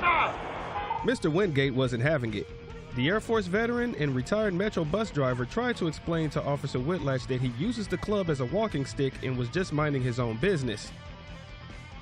The officer calls for backup and the senior citizen was placed under arrest and put into a paddy wagon, which, because of his age, he needed help being placed into, according to the report. Officer Whitlatch's own ex-girlfriend, who was also a police officer at one point, says that she used to drop the N-bomb like crazy around her when talking about her day on the job. So we're gonna skip forward a little bit to 2019. Now, do you remember that consent decree that the city of Seattle and the U.S. government had in order to ensure that the Seattle Police Department wasn't abusing people and engaging in unconstitutional behavior? Well, it turns out on Wednesday, May 15th, 2019, Judge Robart ruled that the city has fallen out of full and effective compliance in the area of discipline and accountability. And then on May 21st, 2019, Judge Robart issued a written order for the United States and Seattle to work with CPC and the court monitor and submit by July 15th, 2019, a proposal for how the city will regain compliance. And so basically from that point on, the court essentially issued that the 2-year period would have to be restarted. Now, granted, it is the same consent decree, but according to court documents, the city fell out of compliance. Well, the time limit just restarted, essentially. And now you might be thinking, what made them fall out of compliance? Well, if we scroll back up, we see that there were several issues that popped up, such as on November 20th, 2018, the Seattle Police Department's Disciplinary Review Board reversed the firing of Officer Adley Shepard, who punched a handcuffed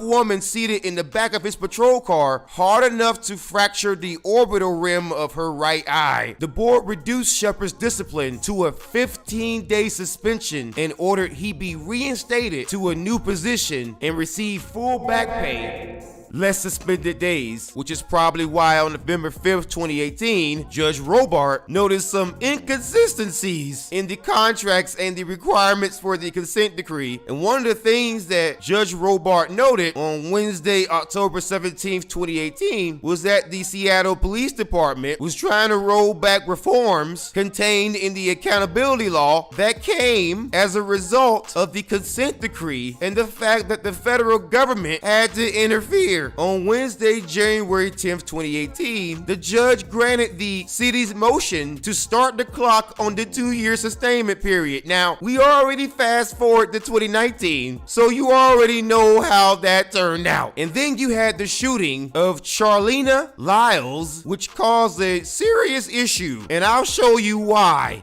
Seattle police responded to a burglary call at Lyle's apartment near Magnuson Park and say she advanced on them with a knife when they opened fire, killing Lyles, who was pregnant. This, as well as several other issues, are the real reasons why officers have been leaving Seattle. Because who wants to work for a department that's known for all this stuff? I mean, a lot of this stuff began back in 2010 and 2011. And the last time I checked, Black Lives Matter didn't even exist then. So can we finally kill this lie that Black Lives Matter and the Defund the Police movement has chased out officers from Seattle, as if that were the only reason, and as if officers weren't fleeing Seattle before because of the department's ineptitude, corruption, and flat-out racism. And instead of the department just addressing problems, they just play the melanin roulette and bring in another dark person because that means that Barack Obama didn't drone strike any black or brown people. But what do I know? I'm just the devil in the details.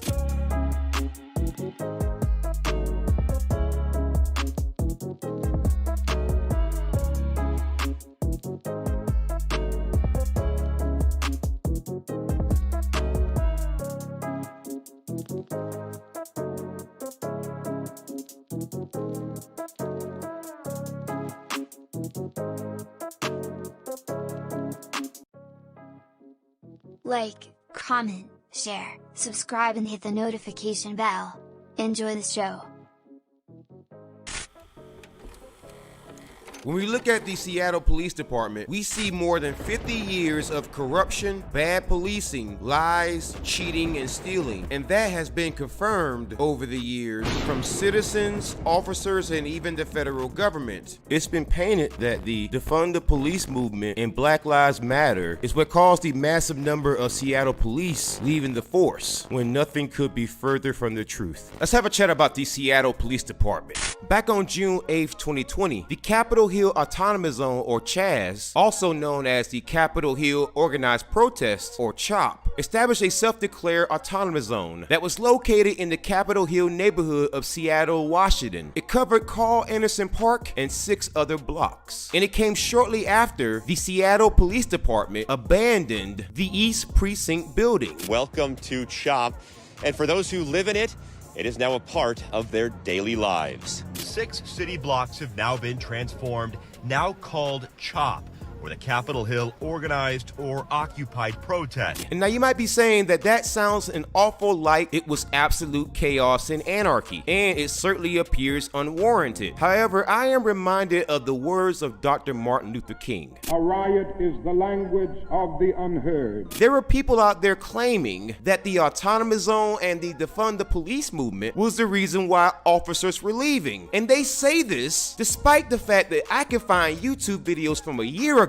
where officers were leaving the Seattle Police Department due to complaints about a toxic work environment and corruption. These 42 exit interviews of Seattle police officers have a lot in common. Parting words praise the camaraderie among officers, some even applauding their direct supervisors. But a common complaint that popped up over and over again is about city politics. Officers who say they feel a lack of support from City Council. It would almost appear as if the Seattle City Council and the Washington State Governor Jay Inslee had no issue with the right wing in this country and the thin blue line or Blue Lives Matter folks just blaming Black Lives Matter and the defund the police movement, CHOP or CHAZ or whatever you want to call them, for all the issues that were happening with police, because that would take Governor Jay Inslee and the Seattle City Council off the hook for all the corruption that happened on their watch. So if you can blame non-government actors for problems that the government caused, well, if you're the government, why would you want those non-government actors to not catch the blame for something that is clearly your fault and something that was going on for a long time before those non-government actors even existed? Excuse me, but Black Lives Matter was not founded until July 13th, 2013. And here is a U.S. Justice Department report from 2011 stating that the Seattle Police Department was engaging in biased policing. And that's going to be a very important note, because this will not be the last time the U.S. Justice Department essentially calls the Seattle Police Department a bunch of racists. In fact, when you look into the Seattle Police Department, there is corruption and issues from top to bottom. The issue with making this video was condensing all of the issues that the Seattle Police Department currently suffers from and has suffered from for quite some time. Let's take a look at some examples. It is well known that the Seattle Police Department has had serious issues with racism, and that's one of the main reasons why they've been losing minority officers over the years. Here, let me give you some examples of that. Now, on the screen before you, it's a screenshot from the webpage of the ACLU in Washington State, and they have so kindly provided a timeline that outlines a decade of abusive police practices, corruption, flat-out racism, and the federal investigations that confirm that racism. Let's look at some of the Seattle Police Department's greatest hits. This footage that you're seeing of a protest may look recent, but this protest footage... All right, guys, we're back with more Pitchfork Podcast. Guys, I hope you enjoyed that video. It's released today. I posted a link in the chat. If you guys enjoyed the video, hit the like and thumbs up button on that video. That being said, guys, I am back for more Pitchfork Podcast. If you want to participate in the show, guys, the number to call in is 253-203-6784. Again, the number to call in is 253-203-6784. All right, guys, I gave my nice little monologue towards the beginning. I know you guys enjoy that.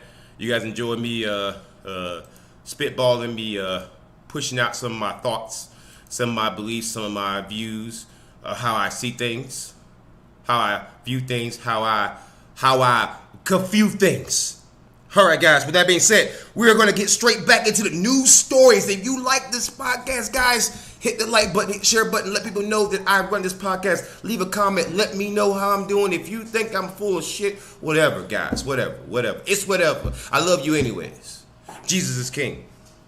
You know, I'm humble, you know. As the right Reverend Kendrick Lamar once said, be cool, be humble. I'm cool, be humble. Jesus is king. Jesus is king. With that being said, let's get into the news. Get into the news, guys. By the way. Come here. I want you guys to see something.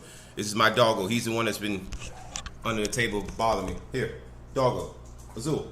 Come here. Come here, Azul. He's the 135-pound pit bull. He's my doggo. The one that's been bugging me the whole time. That way you guys can see I wasn't just saying that. Yeah, he actually does bug me a lot. He does. He's a big slobbery doggo, but he's my doggo, and I love him. And he's a pit bull. People misjudged the breed, and I made a video about pit bulls. I think you guys would be interested in it. Let me go and grab a link to that real quick. You guys should see that link. Let me go ahead and post in the chat stream.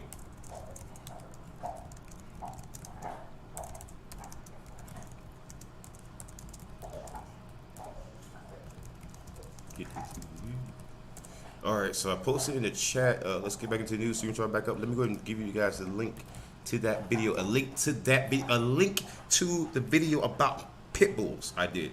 I think that's very interesting. You type in the devil's advocate pit bulls. Lies told about pit bulls. All right, guys. I have a link to the video right here, guys. I have a link to the video. The link to the video right here. All right. Let me go ahead and post it in the chat. That way you guys can have that link. You guys want to see that video? It's right there, guys. It's right there. You see the video. All right, guys. All right. So let's get into the news. Right into the news. All right, guys. We're over to MSNBC. We started out on the far right. Pretty much with Newsmax. People say, "Oh, Newsmax is centrist." Bullshit, samurai. Okay? Bullshit samurai.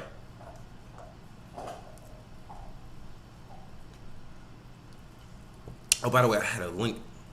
I closed the tab for CNN. Oh, my bad. I'm so sorry.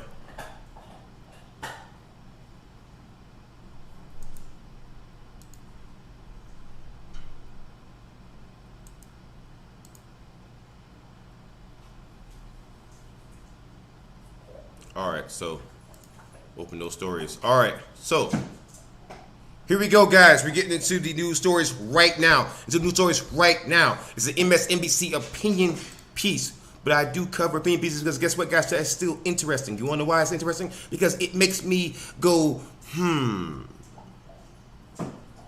Because sometimes opinions are not just opinions. Sometimes opinions are facts, guys. If Donald Trump can't lead the GOP, he will destroy it. Trump is a man who would rather reign in hell and serve in heaven. Oh my God, I think they have a point here. By Hayes Brown. I like Hayes Brown. Hayes Brown, even if you don't agree with him, the way that he writes is so beautiful. It's so thoughtful. Like, even if you don't agree with him, at least you can appreciate how he got there. He doesn't just put out bullshit, right? So, President Donald Trump has never bothered with pretense.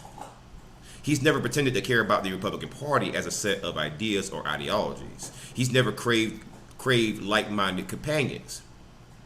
He wants the adulation of the masses who identify with the Republican Party and the unwavering, unblinking loyalty of his fellow party members. There is no reciprocity, only an unending stream of homage and tribute to. Only an unending stream of homage and tribute can appease the self-styled emperor of the grand old party. I mean, again, that's just beautiful the way he wrote that. It was hard to pronounce, hard to say, but it was so beautiful. I mean, Hayes Brown, you are a master. You are a master craftsman of words. Trump's reign is coming to an end, but like past tyrants, he is refusing to see the writing on the wall. In the moments when he does admit his fate, it's only in the context of his eventual return to power. I mean, even if you don't agree with that, right? The way that he reached that conclusion, it's just so beautiful. It brings a tear to your eye how beautiful that is. The way he writes is just I can't help but just appreciate. All right. As a result, Trump's closing days in office are all about laying out one last gauntlet. You made a typo there. One last gauntlet of fealty to ensure his return to the White House in 2024. Any signs of dissent will result in his personally shivving the offender politically, kneecapping any threat to his absolute control of the Republican Party.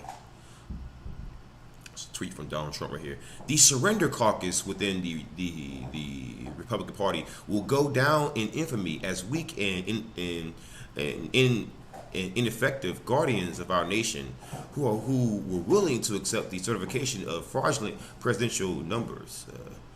That's an interesting tweet by Donald Trump there.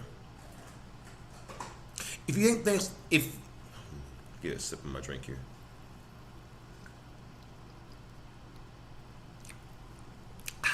Good old cherry coke. If you think that's an exaggeration, here's how Politico described the chaos that Trump has created as he continues to insist that the election was rigged and party officials scramble to agree. State party chairs are tearing into their governors. Elected officials are knifing one another in the back. Failed candidates are seizing on Trump's rhetoric to claim they were also a victim of voter fraud in at least a half a dozen states. I'm going to give you a link to that Politico report right there. I think that's very interesting. Post in the chat. That way you guys have a link to it. Guys, by the way, the number to call in is 253-203-6784. Again, the number to call in is 253-203-6784. Want to call in and participate in the show. You also cannot participate in the show, guys. I will give you a link.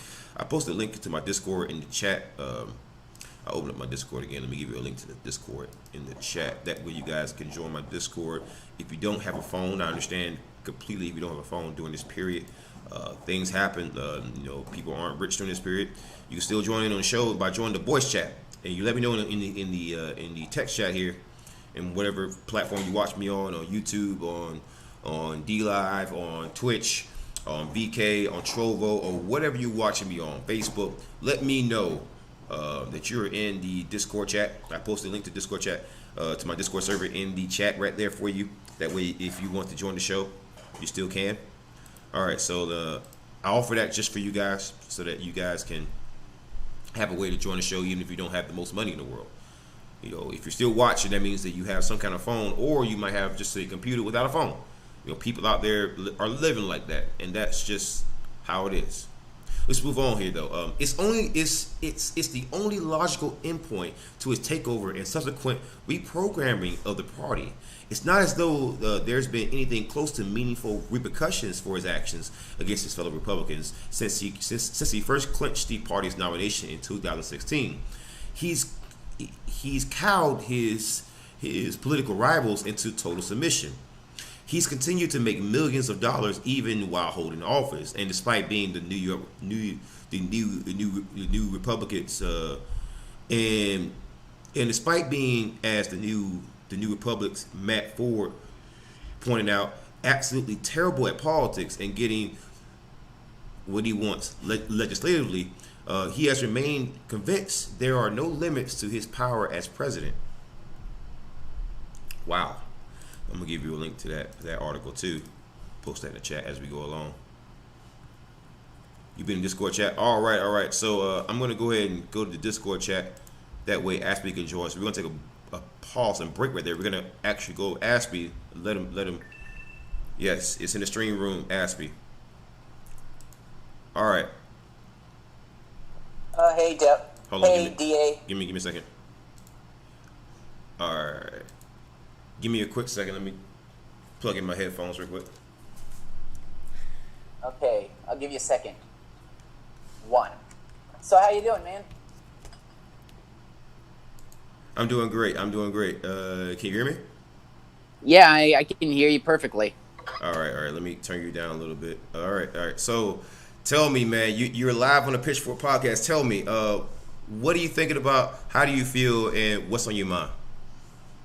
Well, how I feel is that essentially, I can understand why people don't like the current president, President Trump. I mean, the guy is mostly a loudmouth buffoon, but in my personal opinion, I do think people, when he's out of office, or are going to regret it, at the very least slightly, because even though he is not, I wouldn't say he's the best thing since Lincoln. I can hear myself. It's kind of confusing me. My apologies. I was going to say that I do think that the president the economy is already weak due to the coronavirus. I mean, look, imagine what's going to happen when Biden gets in there, because, even though as Trump, economies are usually good during Republican presidencies, because let's face it, the government doesn't have as much control over the economy as a lot of people think.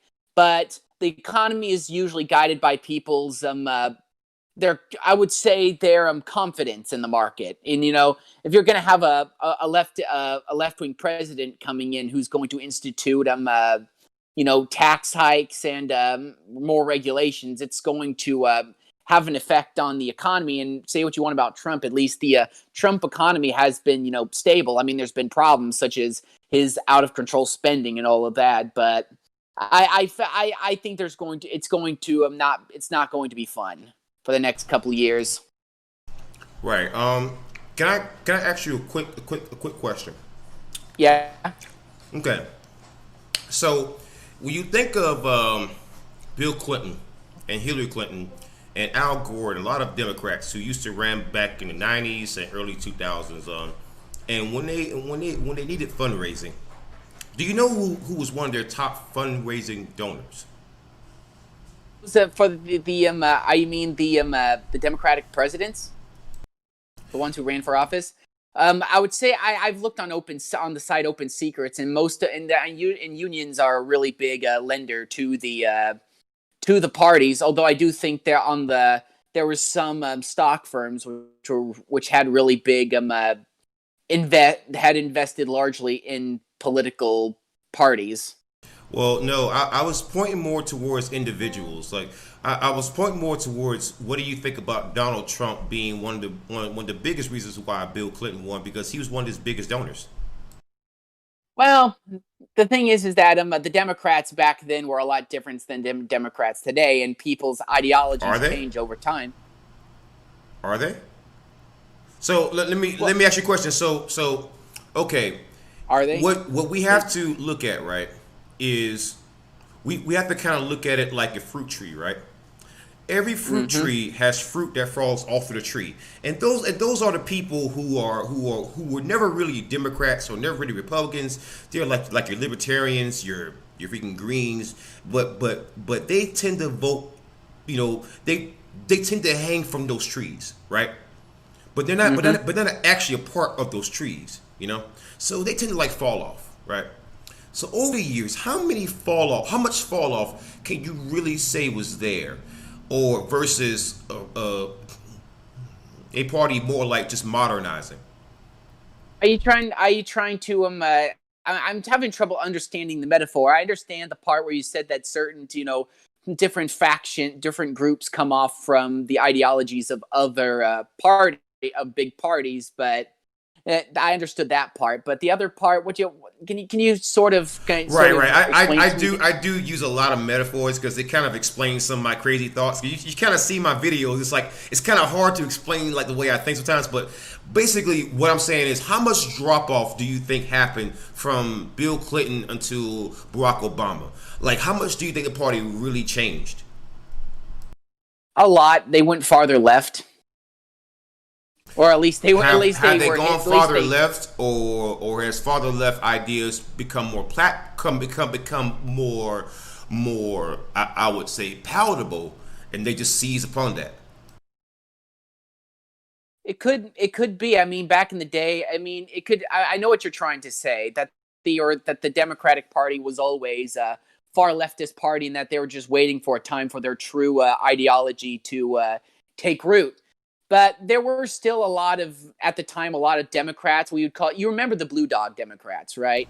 Right, right. The Southern Democrats, the ones which I'm pretty sure a lot of the older black folks probably don't like, because these were because if you go back, the hardcore racists always supported the Democratic Party up to a certain point, of course. But right. There are still a lot of what we would call moderate Democrats, Blue Dog Democrats, who still believed in the free market, still believed in they just basically it is Karen and her freaking husband, the people who claim that they aren't racist, but if a black person move into the fucking neighborhood, they're calling the goddamn cops immediately.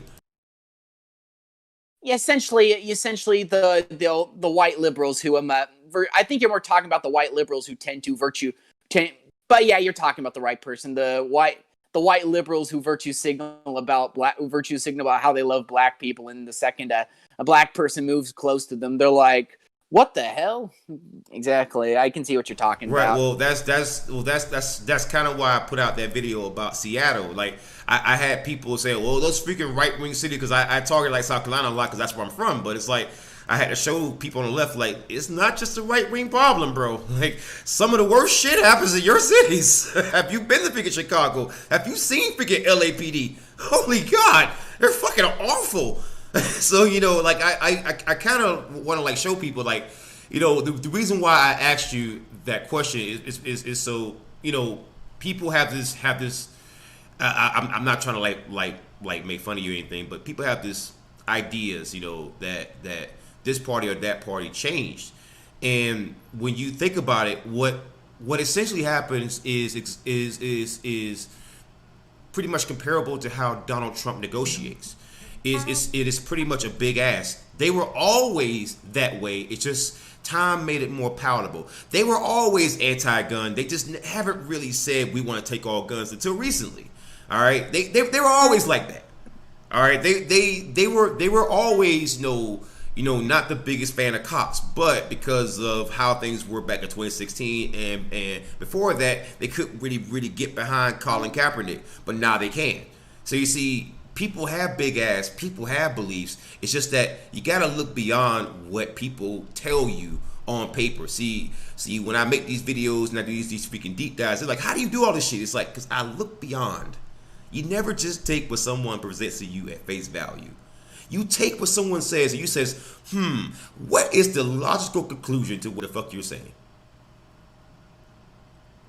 See what you're saying? Right.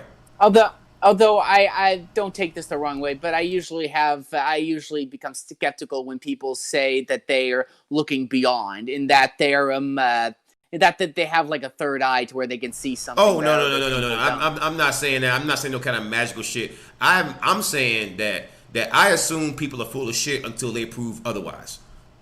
So what you're saying is that most people don't do at least at the very least basic research on certain issues. Listen, then they try to argue about. We have grown men and women who still believe in fucking Bigfoot. Okay.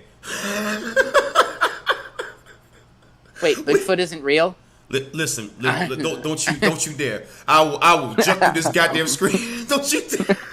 I'm just kidding. No. Hey, but I'm very interested. What do you think about this whole thing with election fraud? I won't judge you. I'll be quiet. I will mute myself. I will just listen. Convince me of whatever position that you have. I don't know if I'm going to convince you because I suck at debating, but here I go. I do think there was a lot of election fraud, but I don't know if it's enough to turn the election or not. Obviously, I've heard reports about that when the Supreme Court was arguing about whether or not they should take up the Texas case, that there were reports that there was screaming from the inside of the Supreme Court house, that essentially they were fighting over whether or not they should take up the case because Roberts, the head Supreme Court justice, was scared of riots, and that does show some. I mean, I don't know. I honestly, I can just say this. I don't know. Okay, I've seen I've heard things here or there. I've heard things that the Dominion voting machines were, putting vote were, what's the word for it? Ratioing votes or something, and or tallying up the votes in a funny way, which led to some wonky results, or there was some, I've heard some things here or there, especially on Steven Crowder's show, but I've not heard anything that really gets it to the point to where it could tip the election. So it doesn't seem like, that I can tell you're holding back. You're trying to hold back absolute laughter. So no, I'm not. Listen. I'm telling you something. Let me tell you something, man. I'm not gonna judge you, and here's why I'm not gonna judge you. Right? I'm not gonna judge you strictly because of this one reason. Give me a second. Let me plug in my phone real quick. I'm not gonna judge you because I see it like this, right? I'm never, if you aren't convinced of that a lot of this shit is bullshit, I'm never gonna convince you. Can you still hear me? Yeah. Is there a little bit of lag there, a little bit of drop off there? Sorry, I was playing Layla. Well, listen. I get where you're coming from, right? I just want someone to convince me that it was enough voter fraud to make a difference in the election, and you're already saying that you don't think that you're not sure of it, and I can at least appreciate that position. But it's when people start saying that they're sure of it. It's like this is the third most populated country in the world, and you prove massive voter fraud in like a fucking week. Like if there was massive voter fraud with as much money as the freaking Democrats and the supposed deep state fucking has, you would never hear about it. You would never hear about it. And let me prove that even if you heard about it, you wouldn't give a shit in about a fucking week. Let me ask you a question. When's the last time you heard a news report about Jeffrey fucking Epstein? Don't worry, I'll wait. I haven't really heard one in a long time, to be honest with you. I ain't heard shit, and guess what? And here's the crazy part about that, right? I work in the fucking media. You do? I'm actually a journalist. If you type in Dion McNeil Newsbreak, you'll see that I've been on fucking Newsbreak. I actually do this shit. I actually write stories. I have the dailycounter.com, but I also write under pen names on like CNN, MSNBC, sometimes Fox. I've been trying like Newsmax. I can never get on Newsmax. And one thing that I will give Newsmax is that they do better fact checking as compared to others. I will say that, because unless you're like super duper pro MAGA and willing to write an anti-Trump piece every now and then, you are not getting on fucking Newsmax. So that's the one credit that I will give them. They do some fucking back checking, and they kind of have to, But I haven't heard shit about it, and doesn't that alarm you that something as important as that has been freaking memory hold? I mean, that does quite terrify me because Jeffrey Epstein, being killed, he was such a high profile individual, and for him to be just killed out, that one night, there's so much funny stuff happened the night, like the security cameras going off when the prison hasn't had a single problem like that in a long time, and pretty much ever. The security guards, one of the most, well locked, tight down, high end prisons that happened. It was level 3, bro. Level 3? I used to work corrections. Let me go ahead and tell you. Level 3? Bro, if you fart, we would fucking know about it. Shit. Well, that kind of reminds me of that one time that guy farted on. Was it MSNBC or CNN? It was that one guy who farted on live television, the news guy. But anyway, that's beside the point. I thought you were gonna bring up the freaking Booty Warrior on what was that? It was on HBO. You remember the guy? His name was Fleece Johnson, and they made a parody on him on the it was the Boondocks. Boondocks. Yeah, I like shit and I want shit. Now we can do this the easy way, or we can do this the hard way. Oh, I see you choosing the hard way. Yo, that was a real dude. I know that was a real dude. I've seen the YouTube video. You know what? Another guy I saw was the guy from another prison. They never showed it on the Boondocks. They never did a parody of it, but it was this guy who was, that they asked him, "Sir, what happens when a guy first comes in and you initiate him?" And he goes, "The first thing he was talking about how he has the other prisoners toss his salad." The toss salad guy, he's like, I am yes. A guy, there was a YouTube guy who was a prisoner who was talking about how he makes the new prisoners come in and toss his salad. It was, and he was like, "Oh no!" Look up toss salad man on YouTube. You will find it. I remember that because Chris Rock did a big routine. Yeah, that's where I first heard about it too. Was that Chris Rock sketch? Well, speaking of that, I'm gonna always throw a random question at you. Do you think felons like that should be able to vote? No. If you've committed a felony, you should not be allowed to vote. Well, depends on the felony, though. So what would be your line? I don't know a lot. I'm not a lawyer, so I don't know the legal ramifications. But high crimes, I would say no. For certain low end crimes, I would be hard pressed to like if somebody gets arrested for if somebody's like a current drug deal, if somebody's like a current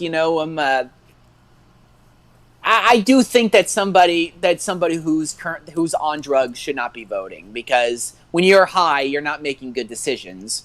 Well, then again, the weed is legal in California, but that's a tough question. I would have to take those, but just on the top of my head, I would say low end felonies, like misdemeanors. No, you should not lose your right to vote over a misdemeanor. But over lower end felonies, that's kind of a gray area to me. But high end felonies like murder, rape, child abduction, kidnapping, things along those lines. I think you've lost your right to vote at that point.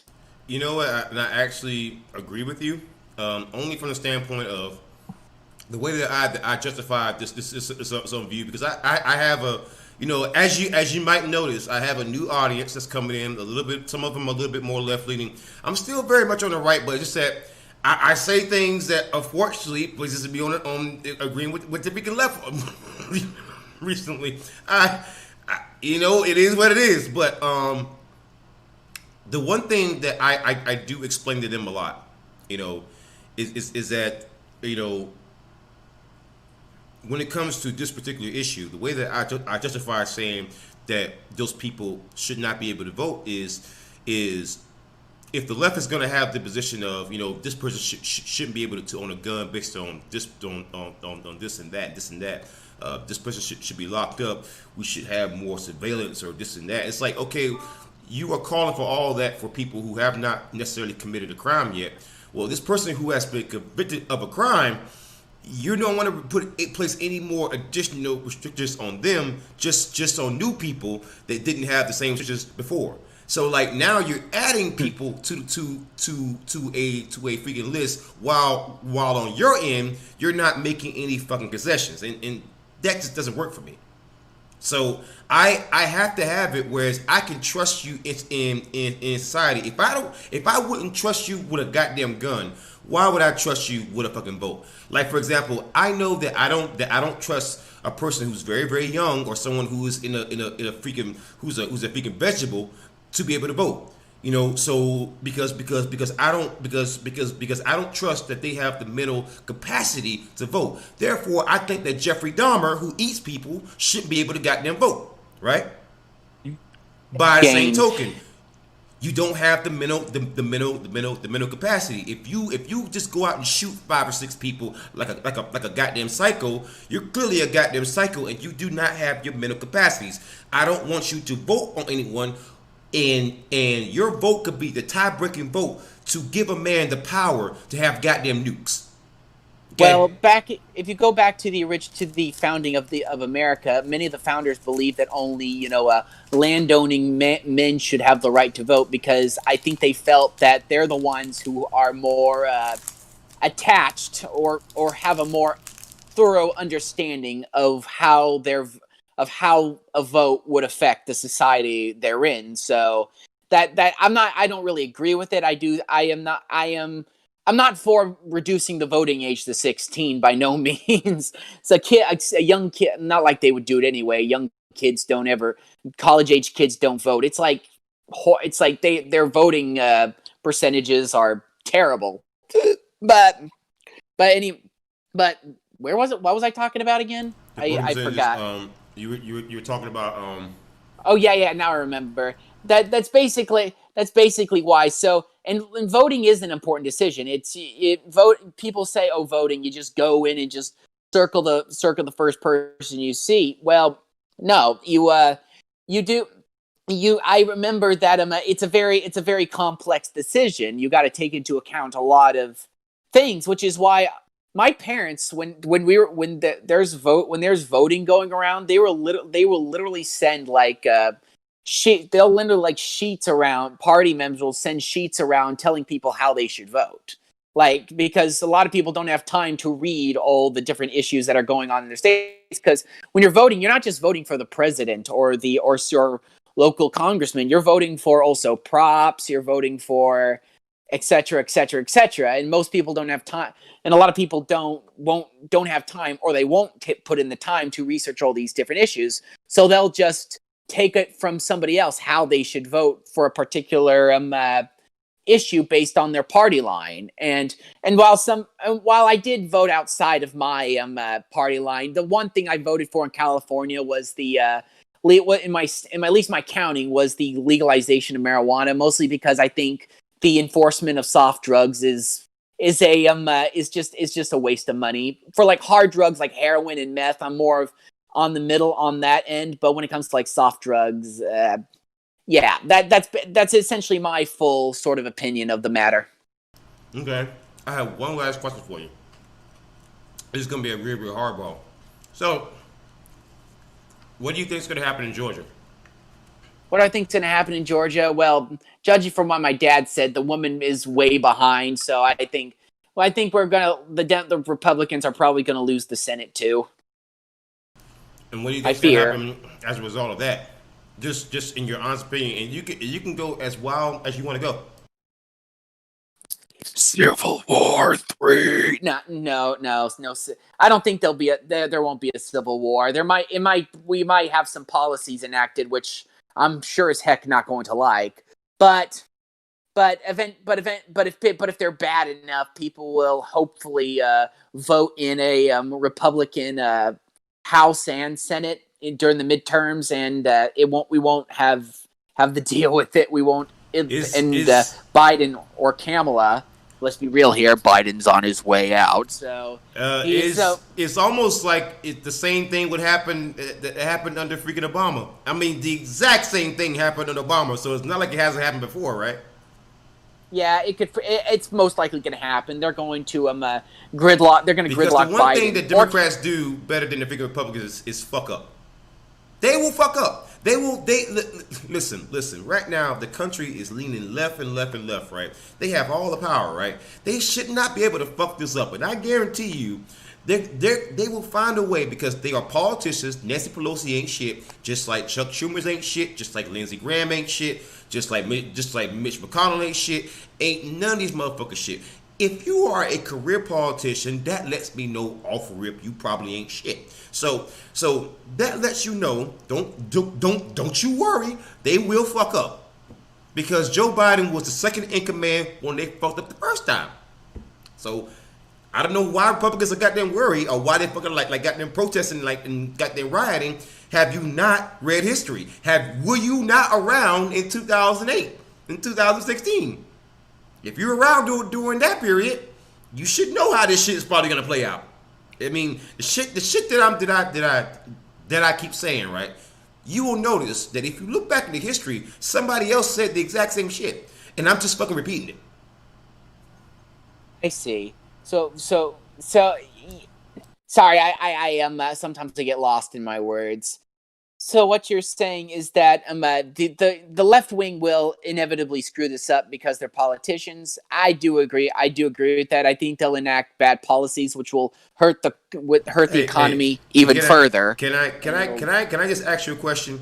Given how Nancy Pelosi is viewed right now, would you hire her as your image consultant? Fuck no.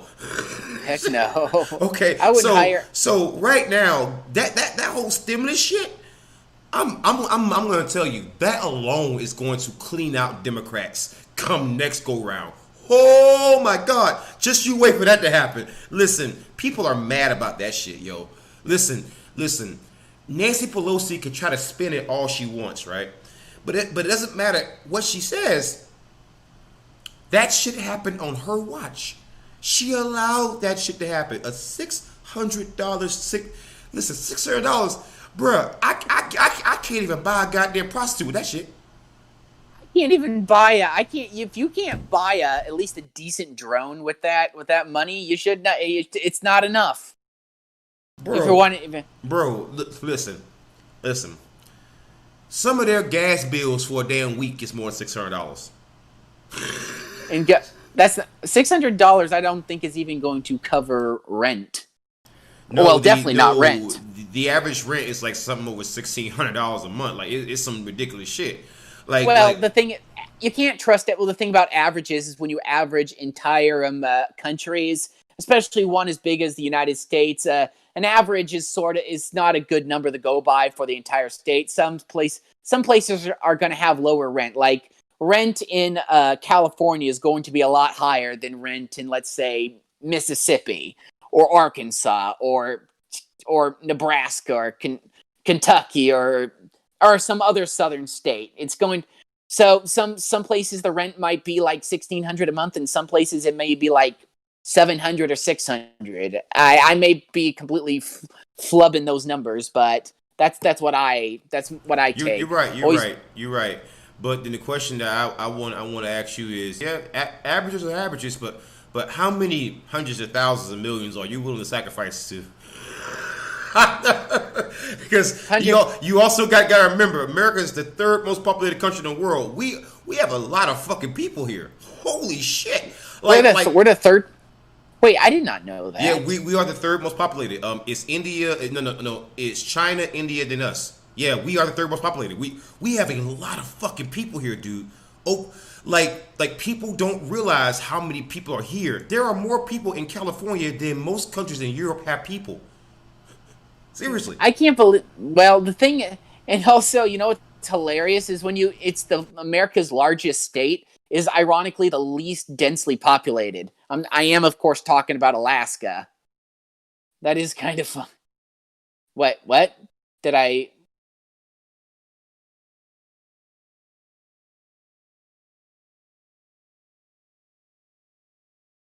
You know what's funny? What's funny about populations is they're not evenly spread out across the country. Most countries'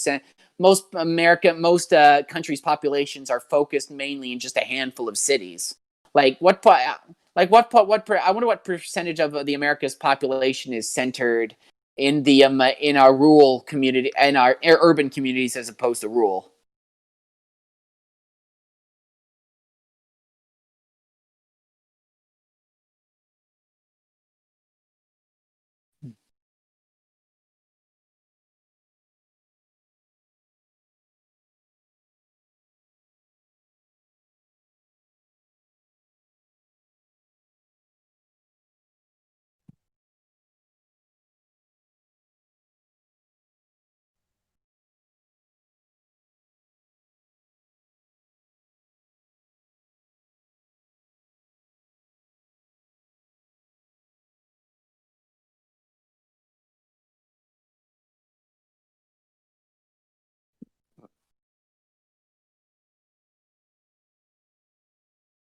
Oh my God! Like, did you actually see that, man? See what? I did. I'm actually in Discord right now. Let me pull it up. I pull it up for you. I'll show you the world population. I was talking and I had myself muted. My bad. So let's see. U.S. World. What was I just looking up? Let me look up the history real quick. What was I just looking up? Yeah, there it is. Yeah, so number 1 is China. Okay. Okay, let me go switch up to the scene real quick. Number 1 is China. Can you actually see it on the screen? Just let me know if you see it. Number 1 is China. Number 2 is India. Number 3 is the U.S. 4 is Indonesia. 5 is Pakistan. 6 is Nigeria. Now, Nigeria is 6th most populated, and these numbers are current as of July 1st, 2020. So these are actually current numbers. This is from the Census Bureau. I'm going to post this in the chat, man. This is kind of crazy. I think this is some information that people should actually know about. It's pretty crazy. Let me pull up YouTube so I can take a look at this. Hey, SK, how you doing? Hi, I'm from Turkey. Hey, how you doing? Welcome to the Pitchfork Podcast. If you want to call in, the number to call in is 253-203-6784. If you want to join us on Discord, let me get you an invite link to the Discord. That way you can join us in the chat if you want to. You don't have to, but yeah. The last thing I wanted to talk to you about, is of course the thing you've been railing against for a while, police. Yes. I'll be honest with you. I've never really been I don't really think anybody is. I'm a giant police fan. I mean, I live right across the street from one. So, but he's a nice guy, and that's good. Right. But the thing, I don't really hate police, and I think the reason why people are so quick to defend police now is, I would call it the post-Ferguson syndrome. Is what I would call it. Because you remember Ferguson, right? When I remember. Yeah, everybody thought this was some sort of that Darren Wilson brutally murdered this kid when it came out that the kid had actually charged him and nearly actually instigated what happened to him. That everybody, and then people still believe to this day that Michael Brown was a brutal murder victim, when in fact, so after that, people were more likely to are more likely to believe that the police didn't do anything wrong, as opposed to, and we see this many times where somebody will something will happen with the police and people will be very anti-cap for a while, and then it comes out later that no, this is not actually how it happened. It actually happened another way, and people people are like, I remember George Floyd. I never made a video about George Floyd because essentially it was just too, what I would call controversial of a subject at the time. I mean, people were having their lives destroyed over what they've said about the George Floyd case, so I won't go into that. But my opinion of police is this.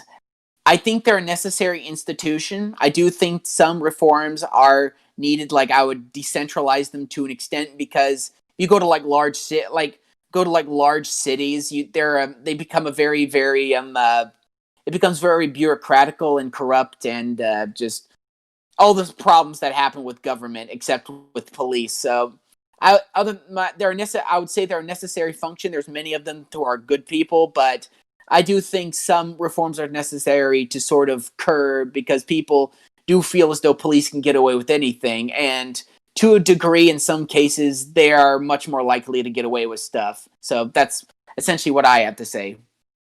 Right. That's a completely reasonable position. I would never disagree with that. That sometimes when I say things, I could be hyperbolic, I could be angry, but it's to kind of show the outrage behind what I'm saying. Now, I'll give you a prime example of that, right? So I released that video earlier today talking about Seattle. Now, one of the reasons why they were placed under a federal consent decree, which basically means that the federal government is ordering that the city and the local police department work together to find a way to not be so abusive, basically, and that's ordered by a judge, a district court judge. So basically, one of the cases that the federal government highlighted was this case of this guy who got shot. It was Native American who was gunned down. His name was John T. Williams. I remember his name. It's very, very difficult to forget him because he was shot 4 times for carrying a knife and a block of wood. And the thing about John T. Williams is that he was a Native American who was a wood carver, or basically a carpenter. So if he's carrying a block of wood and a knife, it kind of makes sense, right? Because that's what he does. I mean, you kind of expect the man to carry that. So the cop just pulls over and just shoots him for no reason. And the guy, he's like, drop the freaking knife. And then and John Williams was deaf in one ear, so he couldn't even hear him. And so the Seattle the Seattle Firearms Review Board, like an actual review board with the police department, actually ruled the shooting. They actually said the ruling was not justified. Okay, so the guy was fired. The reason why people then took to the streets, like people are like, how come people are out there rioting and protesting? Mind you, this is like 2010. So people are pretending like riots and protests are like a new thing. It's not a new thing. It's been happening for a long time. It's just that the news is finally picking up on it. But the thing about it is that in 2010, you had people rioting on the streets, and people were like, well, the guy was fired. Why are people still rioting? Because John Williams was a carpenter from an oppressed people who was murdered by authorities. Can you think of any other figure who he might be comparable to?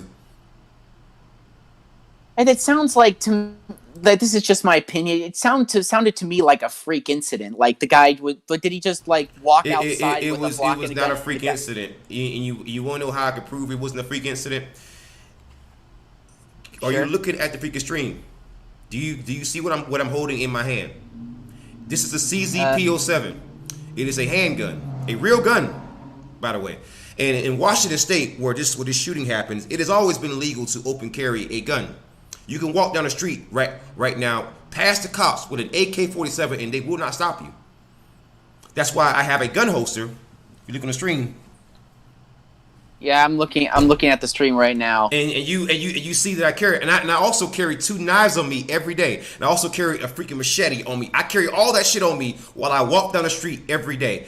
That's why the shooting was so fucking unusual, because you can openly carry a gun. Why was this man shot for carrying a goddamn knife then? What? Yeah, that seemed pretty. Yeah, that does seem pretty unreasonable. I wasn't defending the cop. I was just no. I was just throwing that out there because you didn't know that, you know.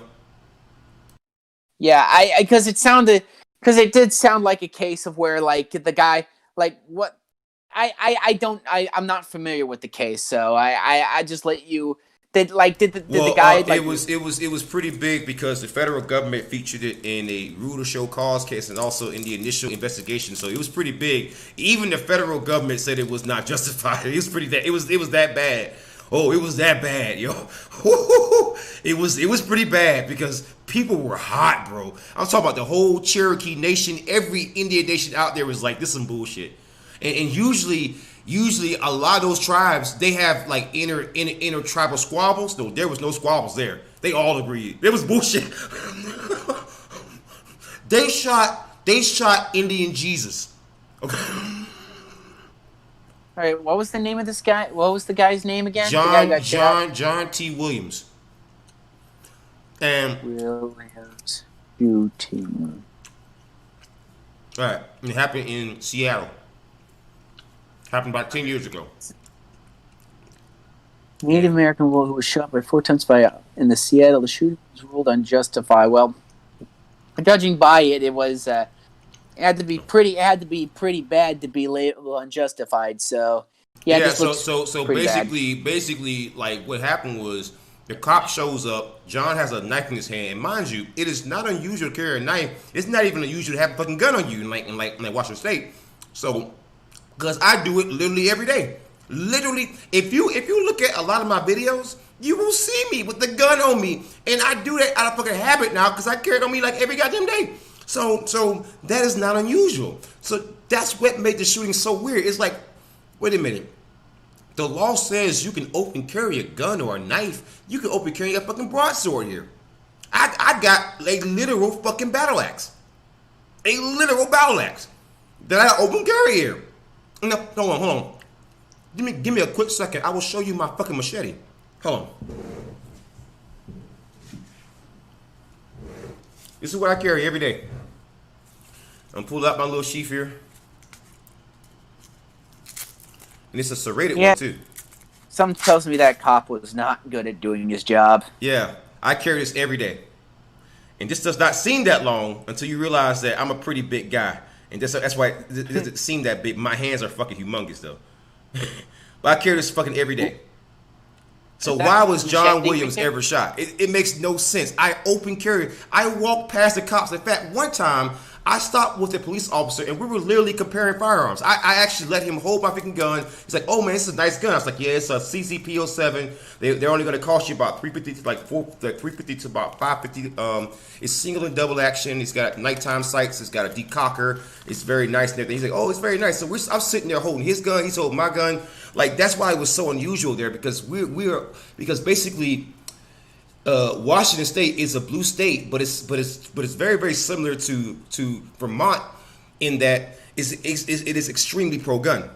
It is the only thing about it, whereas you would say this is not exactly a blue state.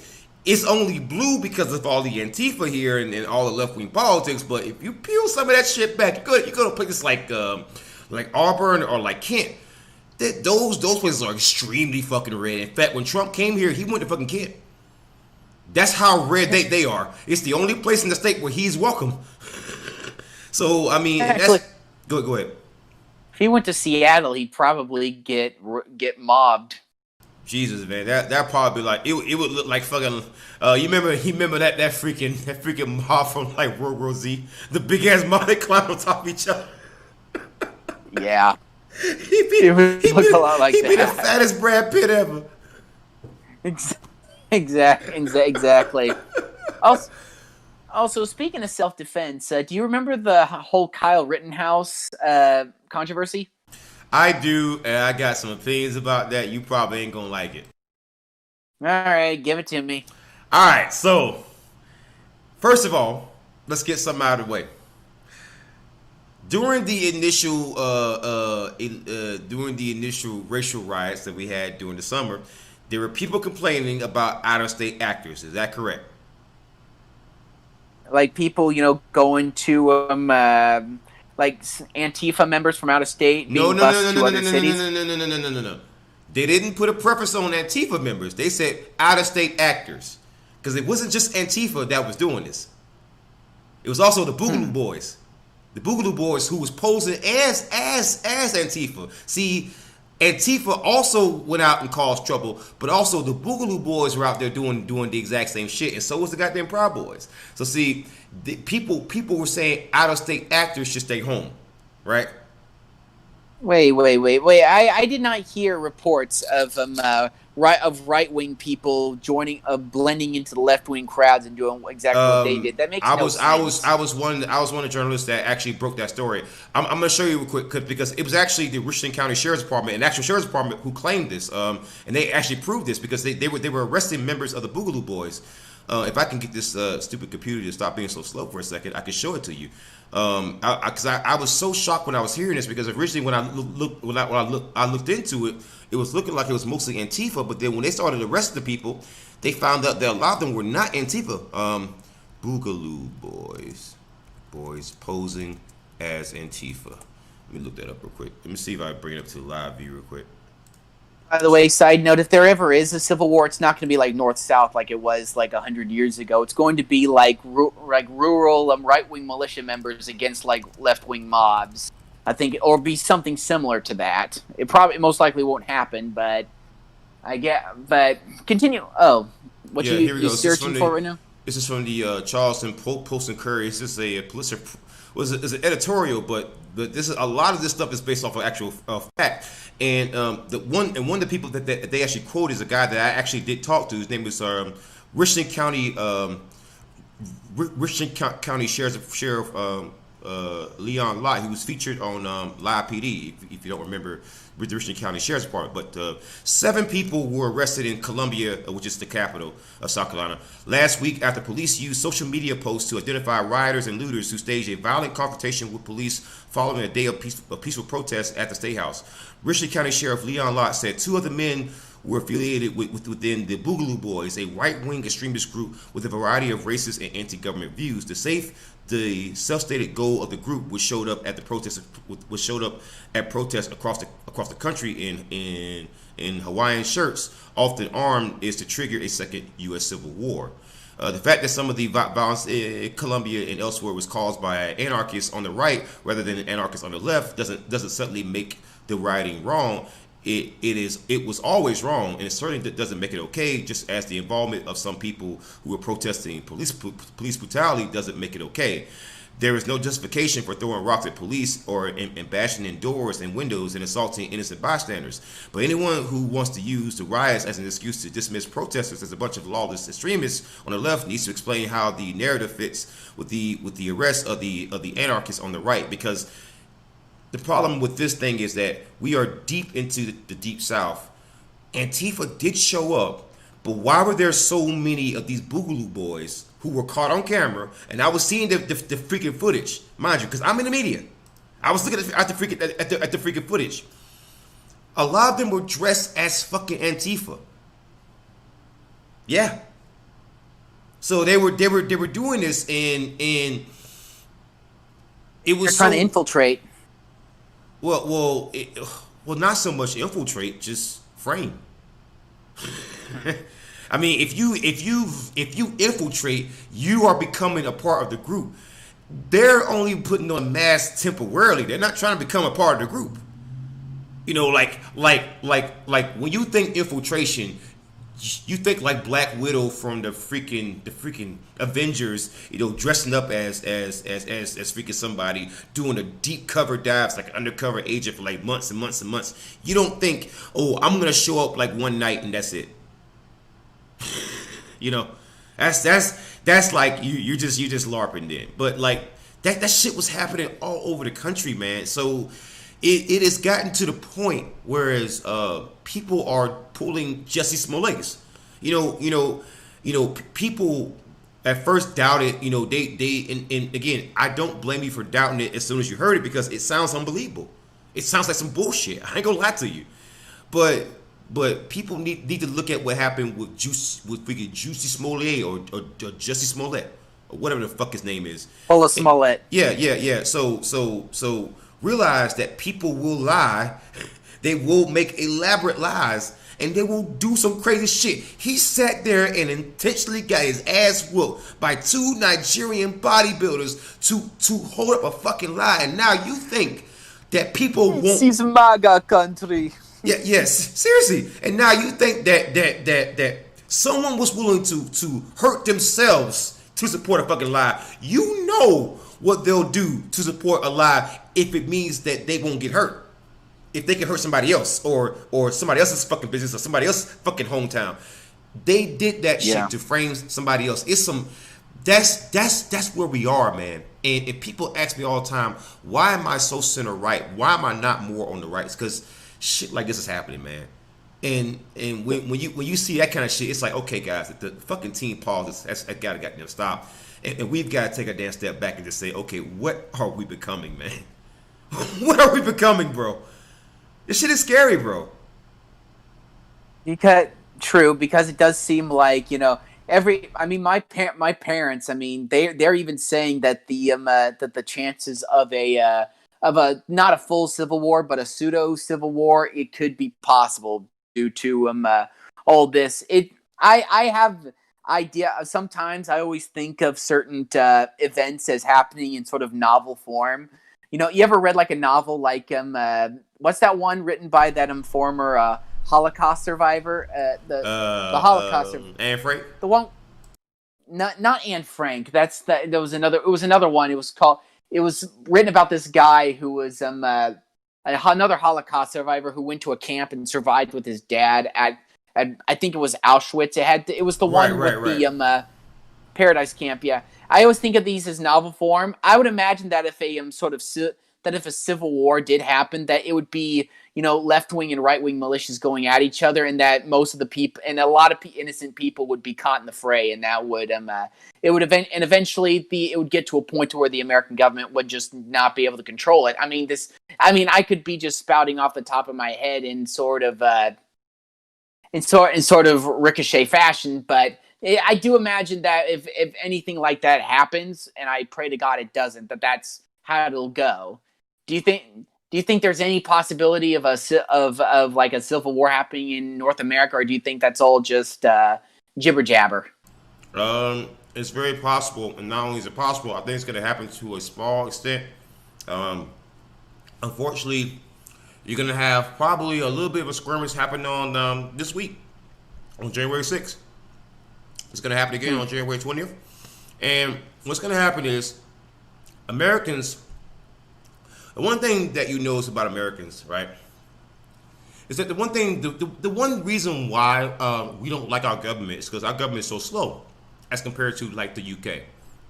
Our government moves very, very slow. Even the local government moves very slow. And that does not match our lifestyles. We like microwaves. We like things to be instant. We are very fast-moving people. We want things when we want it. And so, with that being said, our patience level for things isn't very, very high. You know, so that's why you can have terrorists. You can have jihadists who can continuously bomb themselves, and they will never tire from it. Whereas if we get a few thousand deaths, we get tired of that shit. So I want you to understand that yes, we will have a skirmish, but it won't last very, very long because Americans are lazy and we have very, very short memories. We will quickly forget about what we are fighting over. And then that's when it's going to calm down. That's when cooler heads are going to prevail. That's when I think that a lot of the what's going to be predicated and what's going to be the biggest factor is the incoming economic disaster, because that's going to be a big thing, because people think that we're going to turn the corner on this. Guys, the average person is not going to see a vaccine to maybe May, June, July, August, maybe September. So they've already said that like the average person would the federal government said that by the end of December they wanted 20 million people vaccinated. Less than 5 million people got vaccinated. So you're looking at a long time period. So the economy is going to suffer for a long time. And when that economic downturn happens, people start looking at their neighbors and saying, "Why did my life go wrong?" That's exactly what starts happening. Instances of racism starts picking up, because you notice right around this year when economic downturn happens, what happened? We had racial fucking riots all across the goddamn country, right on cue. So and what's happening right now? Racial riots. People are fucking saying, "Oh, it's about election fraud." Then why do I see Confederate flags? Why do I see Nazi symbols? Why do I see the fucking Proud Boys? Why do I see the fucking alt-right? And I know what the alt-right looks like, because I dealt with them with fucking kraut and goddamn tea. So I know what they fucking look like now. So it's like, why are they there then? Well, it's now just kraut, but it's now yeah, just kraut. But yeah, it's like my thing is that now you are seeing where the battle lines are drawing, and the fact that you're having what's happening in Georgia being that not only a battleground state, but a state that was literally a battleground like the Civil War. And now that I'm talking to some people in South Carolina saying that they're a little bit worried to be black in South Carolina like right now, given what's happening in fucking Georgia, because people right now are really, really angry. Because Trump was not lying on that fucking call. People are angry. A lot of this shit is getting real racial in the South right now. It's getting bad, yo. Like I'm hearing reports, right? Like for the past year in 2020, right? There are reports of black people hanging from damn trees. And no one's been asking questions about that shit. But it happened in Florida. It happened in California. It happened in Texas, Louisiana. It was happening all across the country. And the crazy part, lynched again? Huh? People are getting lynched again? Yeah, and they were being ruled as freaking suicides. The problem is that they also told me that Jeffrey Epstein was a fucking suicide. And the problem with that is that black people don't usually hang ourselves. If we're going to commit suicide, it's usually by pills or by shooting. Statistically speaking, we don't hang ourselves. That's just not what we do. Because there was a news story in not Palm Beach. It was Palm Springs in California where a black man was found hanging in a central town, and they do believe that was a suicide. I've heard stories like that, but I mean, it's kind of hard. mean, but it's kind of hard to pin this as a murder when you'd have to. It takes. It's very. I mean, I do see where you're coming from. It's very difficult to prove. It's very difficult to prove murder, and for good reason too. I mean, you do not want a preponderance of evidence standard when you're dealing with something with a crime as bad as murder. But it just seems a long stretch, especially when there's like no because usually when somebody's murdered, there's a lot of other injuries on the person, like like bruises and cuts, etc., etc., etc. Maybe not for all. Some people manage to get killed without a lot of other injuries on them. But I can think of one that definitely fits what you're saying. Because I was thinking to myself, those little rings around Jeffrey Epstein's neck look like choke marks. If I didn't know any better. Is that kind of what you're pointing at? When they did the freaking it was the Epstein autopsy, right? So they're claiming that the little ring marks around his neck were like from like the sheet that he supposedly had hung himself by leaning forward. I guess like the bedpost when he was tied up to like the bedpost. When the problem is like the actual rings around his neck look like actual hand marks. And seriously? Yeah, and the guy that he was actually locked up with, his name was Tartaglione. I'm gonna look him up real quick, so that you can see him on stream, so that you can see what this fucking gorilla looks like. Tartaglione, Epstein, roommate. Let me look this. This guy was actually in prison because he actually killed people. You got one down vote. Yeah, I know. Do you see this fucking gorilla? It hasn't popped up on the screen yet. This fucking monster. This man looks like if you had to make a creative character wrestler, it's this fucking monster. This dude is comically muscular. Comically muscular. It doesn't make sense how muscular. I'm just gonna post a fucking link in the goddamn chat. It does not make sense how muscular this man is. It's disturbing. It's fucking disturbing. Like, how does a human get that big?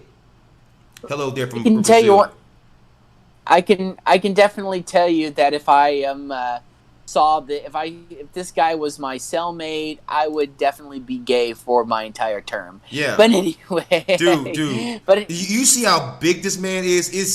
It's comical, bro. Like, he looks like a fucking superhero who just doesn't know how to control his goddamn powers. There's no way he's natty. There's no way this guy is natural. No, right there. He was in prison. So unless they have bad quality. Well, you know what? When in fucking that prison, you don't know what can fucking get in because they're not exactly a good prison apparently. So you don't know what can get in. You never know, right?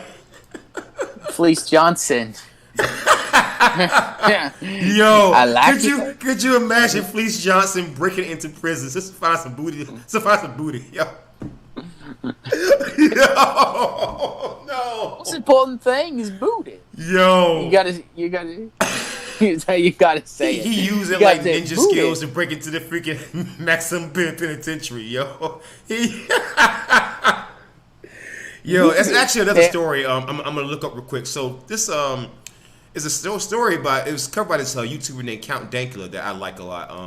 I watch some of his content, but there's this guy named Purple Aki. Oh my God, that I did not believe a word of what Dankula was saying. I was like, Dankula, you fucking trolling. Ain't no fucking way there's a motherfucker named Purple Aki, and I'll be fucking damn. There's a motherfucker named Purple Aki who rates bodybuilders. Yo, the bodybuilder rapist. Yo, no, my man is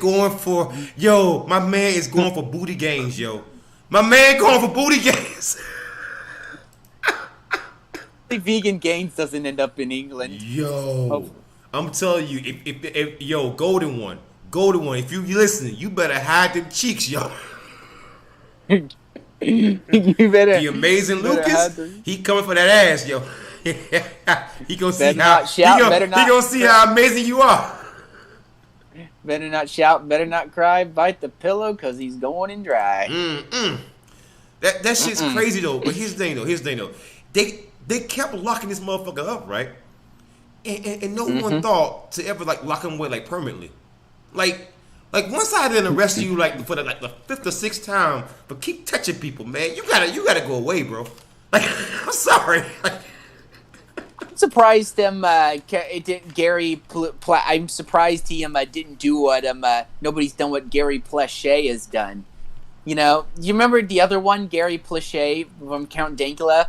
This guy who's he had a friend who was a martial arts teacher, and the martial arts teacher was very close to his son.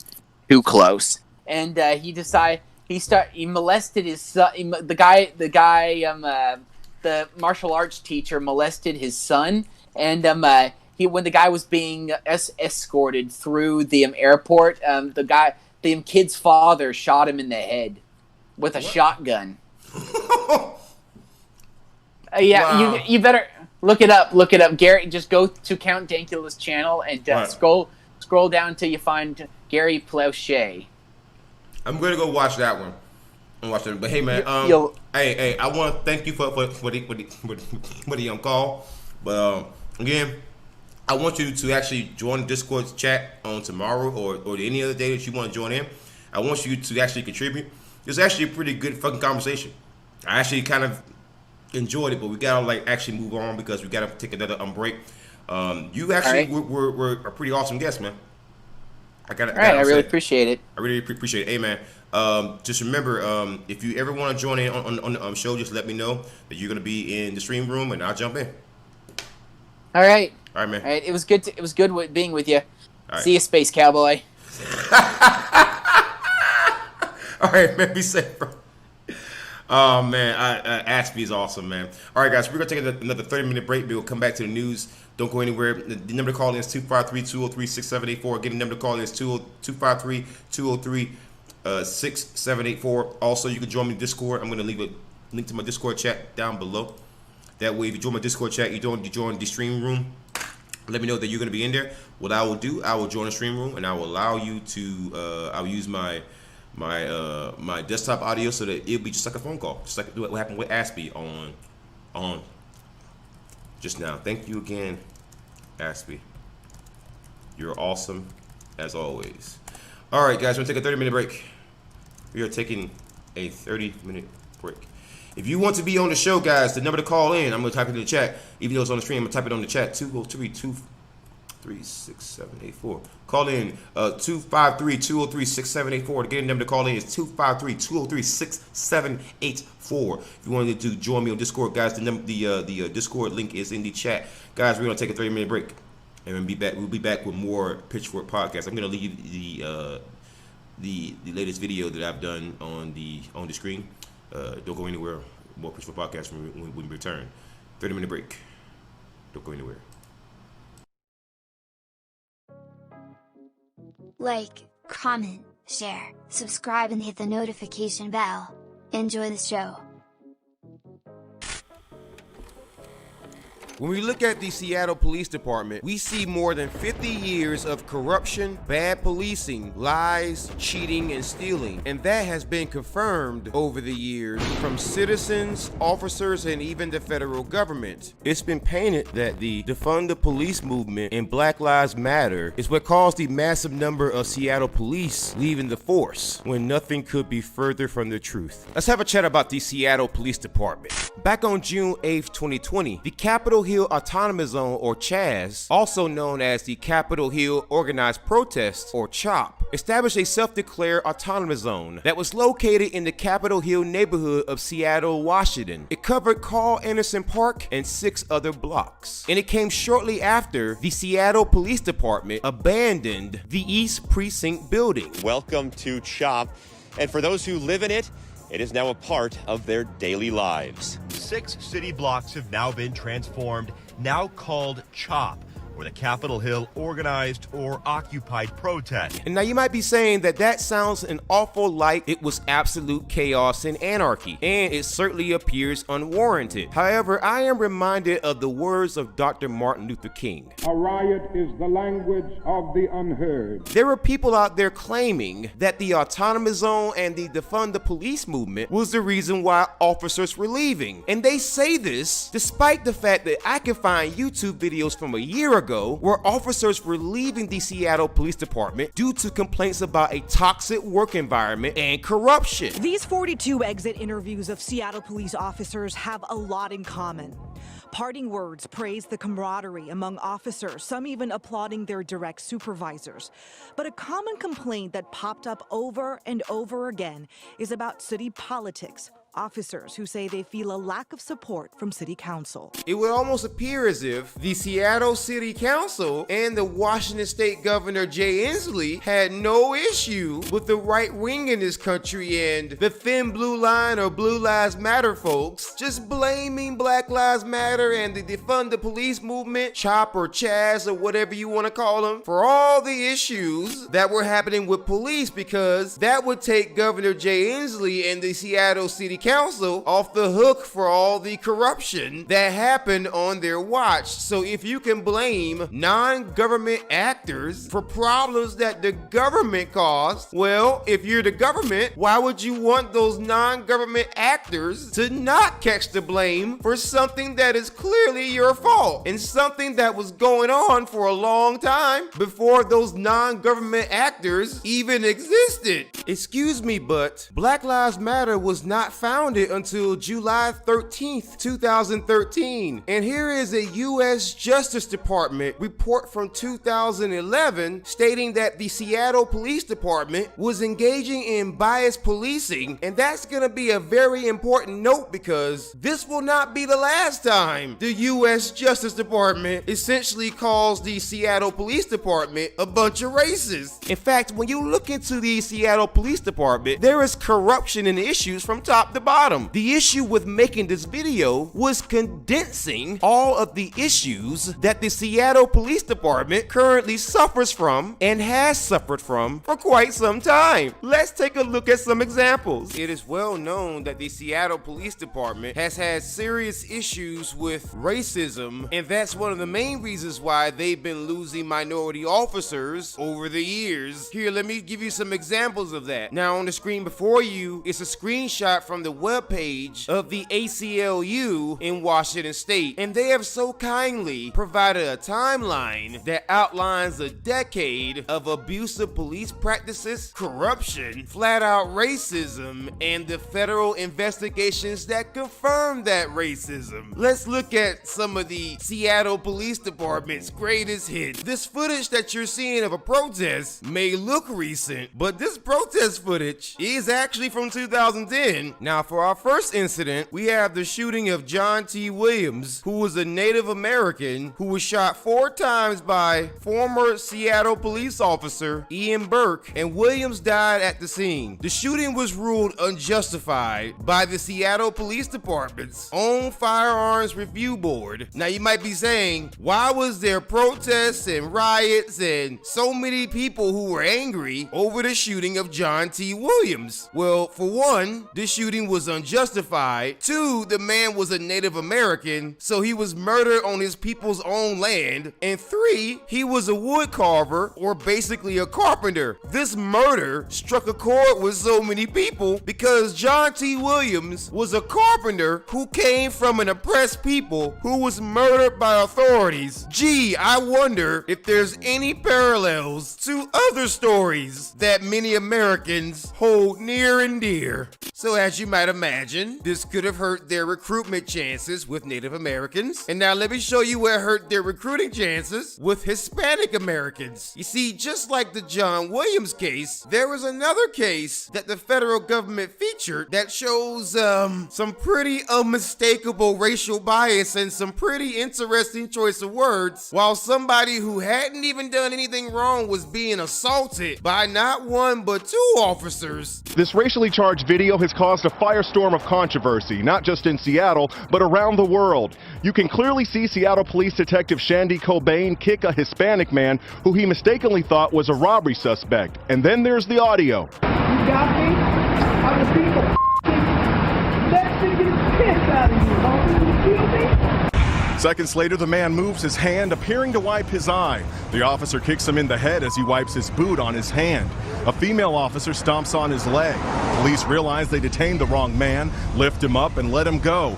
The video does not show a medic arriving on scene, even though the man has cuts on his face and appears to have trouble walking. What I want you to do is relax your weight on the phone, okay? All right?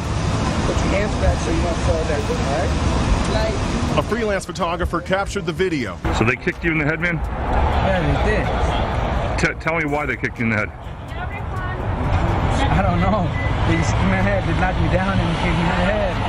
And you had nothing to do with what was going on? Nothing to do. And then, of course, the incident where you had a police officer quite literally kick a black teenager in the groin, kick the kid while he was falling, and then proceed to continue to assault this teenager for no apparent reason. The juvenile rushes back into Joe's Mart because a bandana-wearing undercover cop is coming at him.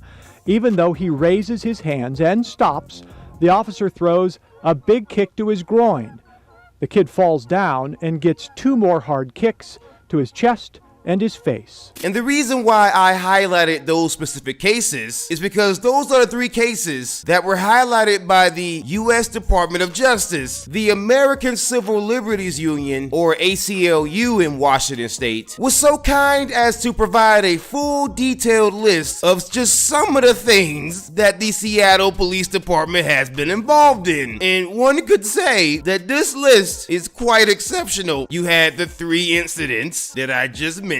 On Friday, December 3rd, 2010, the then acting Assistant Attorney General received a letter from 35 community organizations, and as a result of that, the Department of Justice decided to launch an investigation into the Seattle Police Department. On Friday, December 16th, 2011, the DOJ completed their investigation, and they reported, quote, a pattern or practice of constitutional violations regarding the use of force that result from structural problems as well as serious concerns about biased policing, end quote. Friday, July 27, 2012, the U.S. government and Seattle entered into what is known as a consent decree requiring the city to implement reforms, quote, with the goal of ensuring that police services are delivered to the people of Seattle in a manner that fully complies with the Constitution and the laws of the United States, effectively ensures public and officer safety, and promotes public confidence, end quote. A U.S. district judge named James Robart ordered that the final approval of this consent decree will be entered after the city, quote, achieved full and effective compliance and maintained such compliance for no less than 2 years, end quote, or the, quote, sustainment period, end quote. On Monday, January 14th, 2013, a community police commission was created, and the goal was to, quote, promote greater transparency and public understanding of the Seattle Police Department, end quote, and was charged with reviewing the police accountability system and making any necessary recommendations. Now we're gonna pause here, and there's a reason we're gonna pause, because there is a report from the Seattle Times that you must see because it is quite exceptional. When the U.S. Justice Department launched their investigation and then in 2011 found evidence of biased policing and demanded an overhaul to Seattle PD. The then police chief was John Diaz, and he was police chief from May 2009 to May 2013. Now, if you were to go back over here to this ACLU report, what they point to is that on Thursday, April 24th, 2014, the Community Police Commission, or CPC, that was formed on January 14th, 2014, 2013 recommended some changes to the accountability system due to a scandal involving the police chief who was a different person from John Diaz, who oversaw the department, who apparently engaged in biased policing. Now, this next story is quite amazing because this would mean that back-to-back chiefs were involved in major scandals that hit nationwide headlines that had federal implications. Now, the reason why this is interesting is because the interim police chief for Seattle was Harry Bailey, and according to the Seattle PI report from 2014, or the same year that the ACLU is pointing to, there was a 16-page special review from a former municipal court judge named Ann Levinson, who used some actions by the then interim Seattle police chief Harry Bailey as examples as to why the Seattle Police Department might need some reforms. This man was going out of his way to just cover up things that officers were doing. Do you understand the implications of this? This man was supposed to replace the last guy who oversaw a department who engaged in some less than savory activities. So then this guy then turns around, being a black man, and decides to start covering up misconduct, and that shows that just making the police chief darker doesn't solve problems with corruption. Now, you would think that the Seattle Police Department and their officers plus their police chiefs would be on their best behavior, given that the federal government, state governments, and community organizations, along with the media, were on their backs and watching everything that they do. And now that they've had this consent decree, surely the Seattle Police Department would have honored their end of the deal to show transparency and also to not just abuse people. Well, you would be sadly mistaken if that's what you thought. For example, in 2014, a Seattle police officer by the name of Cynthia Whitlatch accused an elderly man of threatening people with his golf club and also threatening her with the same golf club. When it turns out, this man was not threatening anyone with the golf club. He was just walking while using the golf club as a cane because his walk was over 10 miles and he had taken the same route, oftentimes with the same golf club, for years. You just swung that golf club at me. I did not. Yes, you did. Right back there.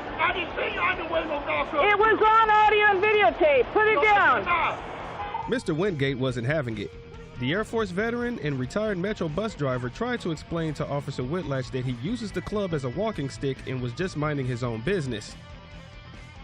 The officer calls for backup and the senior citizen was placed under arrest and put into a paddy wagon, which, because of his age, he needed help being placed into, according to the report. Officer Whitlatch's own ex-girlfriend, who was also a police officer at one point, says that she used to drop the N-bomb like crazy around her when talking about her day on the job. So we're gonna skip forward a little bit to 2019. Now, do you remember that consent decree that the city of Seattle and the U.S. government had in order to ensure that the Seattle Police Department wasn't abusing people and engaging in unconstitutional behavior? Well, it turns out on Wednesday, May 15th, 2019, Judge Robart ruled that the city has fallen out of full and effective compliance in the area of discipline and accountability. And then on May 21st, 2019, Judge Robart issued a written order for the United States and Seattle to work with CPC and the court monitor and submit by July 15th, 2019, a proposal for how the city will regain compliance. And so basically from that point on, the court essentially issued that the 2-year period would have to be restarted. Now, granted, it is the same consent decree, but according to court documents, the city fell out of compliance. Well, the time limit just restarted, essentially. And now you might be thinking, what made them fall out of compliance? Well, if we scroll back up, we see that there were several issues that popped up, such as on November 20th, 2018, the Seattle Police Department's Disciplinary Review Board reversed the firing of Officer Adley Shepard, who punched a handcuffed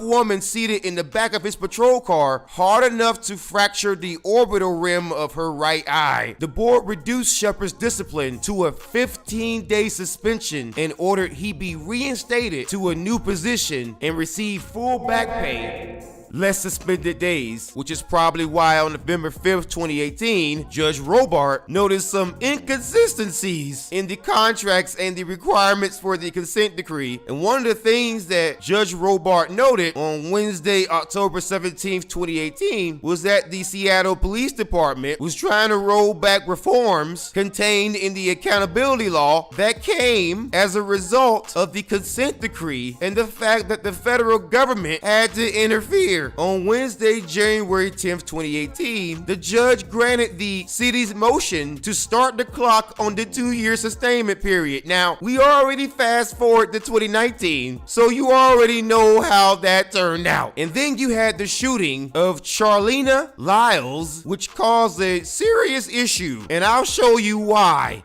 Seattle police responded to a burglary call at Lyle's apartment near Magnuson Park and say she advanced on them with a knife when they opened fire, killing Lyles, who was pregnant. This, as well as several other issues, are the real reasons why officers have been leaving Seattle. Because who wants to work for a department that's known for all this stuff? I mean, a lot of this stuff began back in 2010 and 2011. And the last time I checked, Black Lives Matter didn't even exist then. So can we finally kill this lie that Black Lives Matter and the defund the police movement has chased out officers from Seattle, as if that were the only reason, and as if officers weren't fleeing Seattle before because of the department's ineptitude, corruption, and flat-out racism. And instead of the department just addressing problems, they just play the melanin roulette and bring in another dark person because that means that Barack Obama didn't drone strike any black or brown people. But what do I know? I'm just the devil in the details.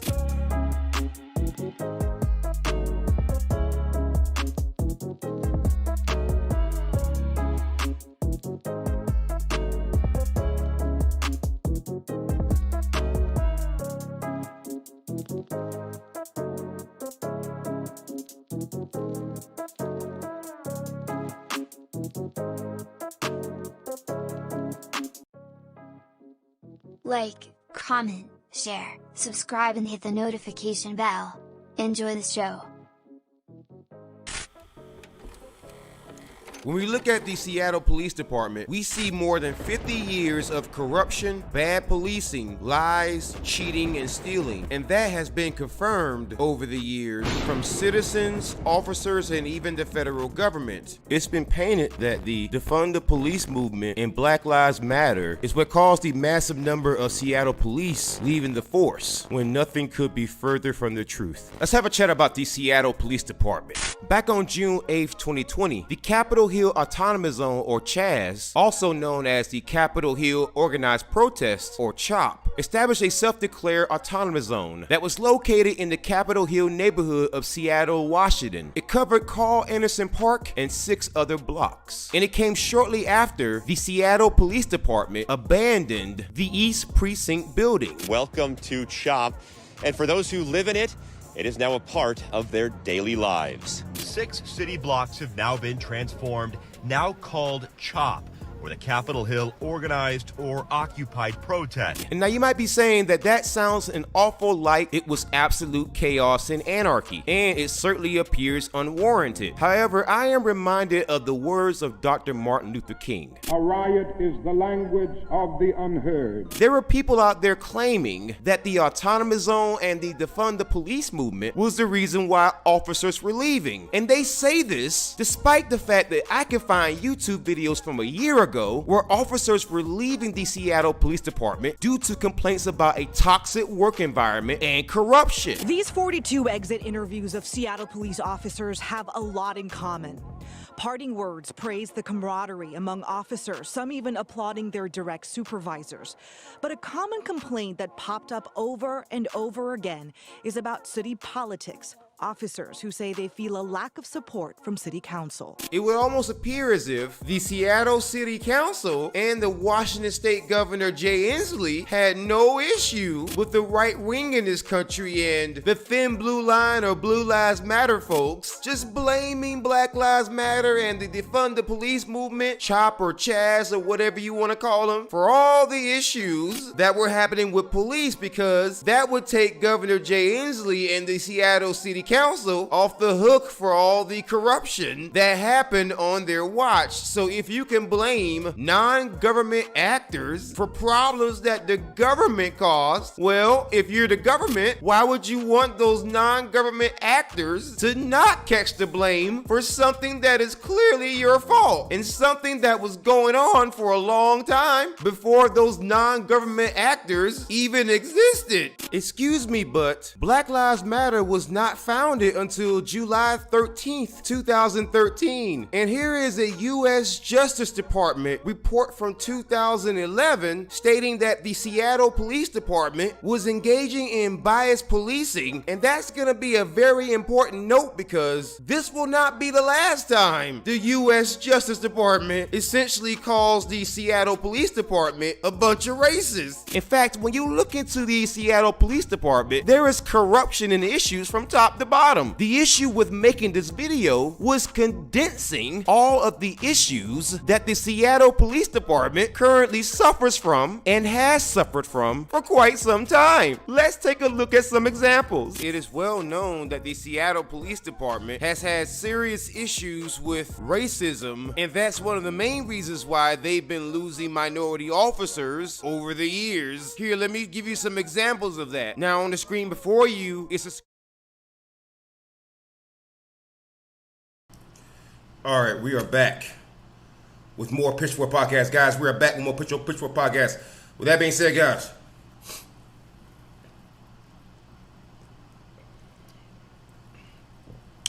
you like the show, guys, hit the like button, hit the share button. Let people know that I run this podcast every day. I did skip the last episode. I apologize for that, but the bad cop no donut was taking up a lot of my time, and holy God, Seattle was terrible. So hopefully you enjoyed the Seattle PD piece that we did. I was playing through the break. All right, with that being said, guys, we're going to get into news stories. Let's get into news stories right now. All right, we're going to go into the last thing right now. All right, we were looking at Purple Aki. Me and Aspie were looking at Purple Aki. Let me go ahead and type in we are back from break. All right, letting the chat know that we are back from break. All right. All right, so let's get back into this article here. We're going to restart this article.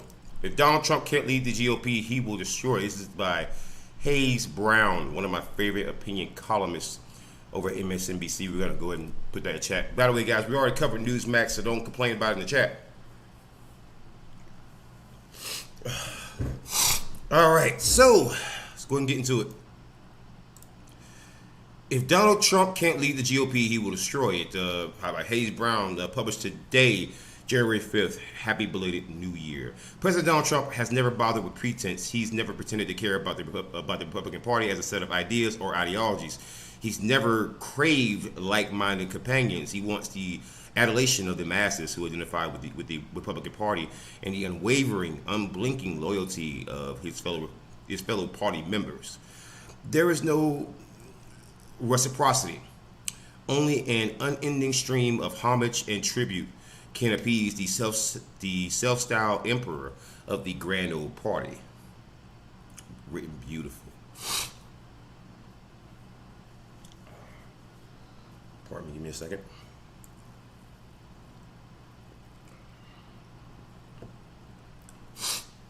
Trump's reign is coming to an end, but like past tyrants, he is refusing to see the writing on the wall. In the moments when he does admit his fate, it's only in the context of his eventual return to power. As a result, Trump's closing days in office are all about laying out one last gauntlet of fealty to ensure his return to the White House in 2024.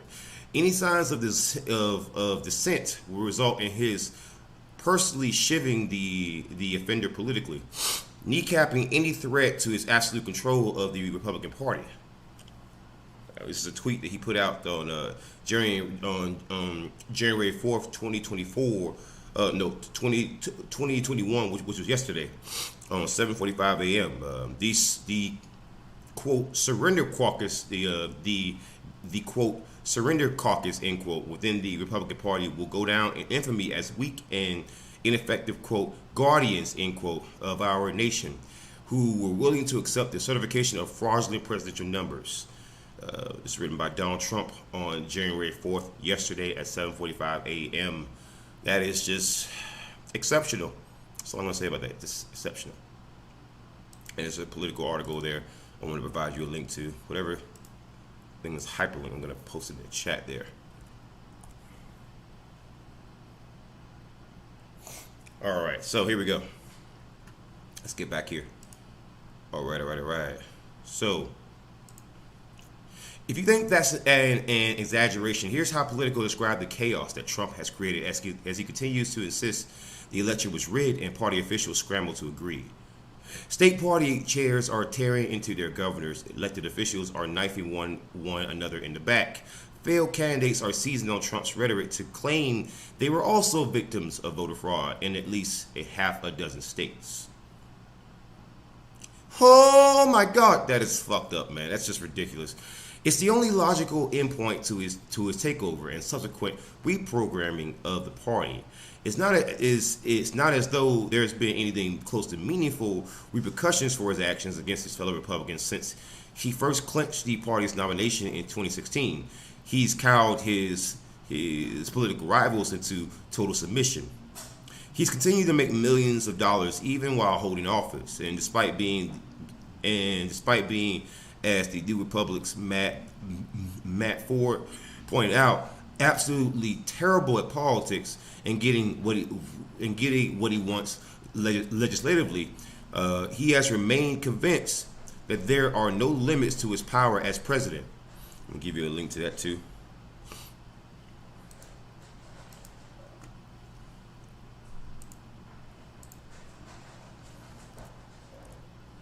That way, if you guys want to read it for yourself, you can. I'll try to give you guys as many links as possible. That way you can read on your own. And when the emperor's clothing has been called out as non-existent, rather than received in shame like the fables embarrassed monarch, Trump has lashed out.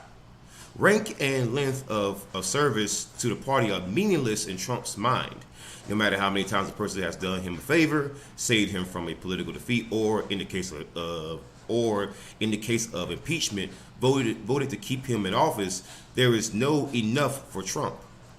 It's the kind of thinking that demands that Senate Majority Whip John Thune face a primary challenge for correctly saying Congress can't overturn the votes of the Electoral College. Correctly describing the emperor's nakedness is an unpardonable sin.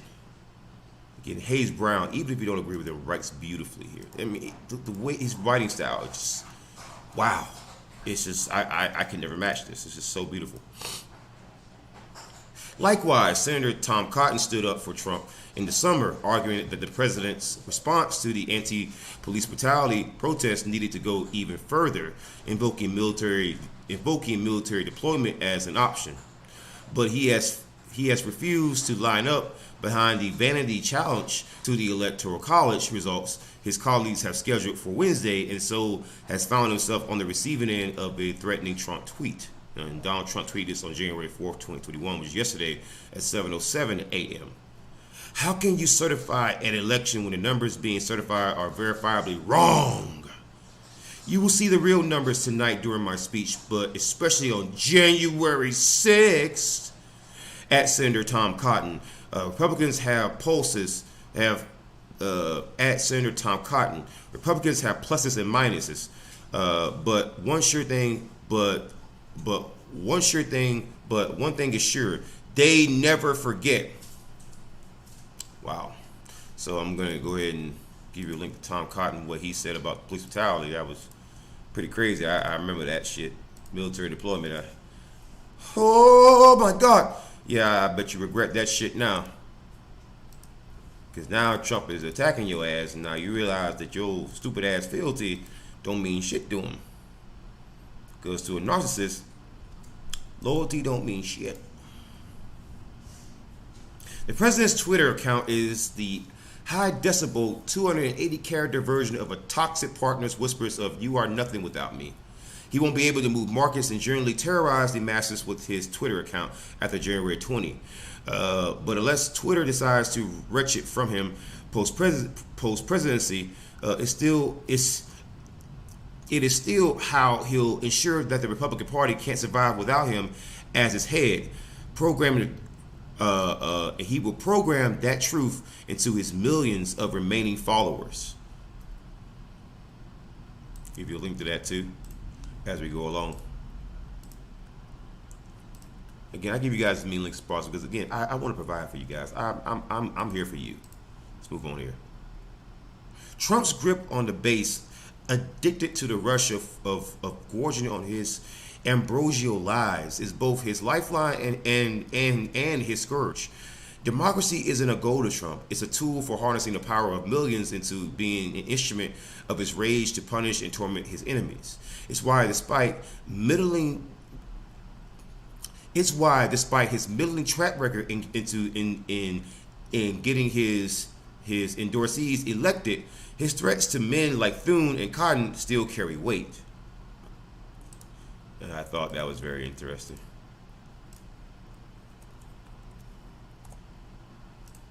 Let's move on here. There are plenty of elected officials who clearly worry that Trump is right. What is the GOP now without his charismatic calls for owning liberals and defending him from his attackers?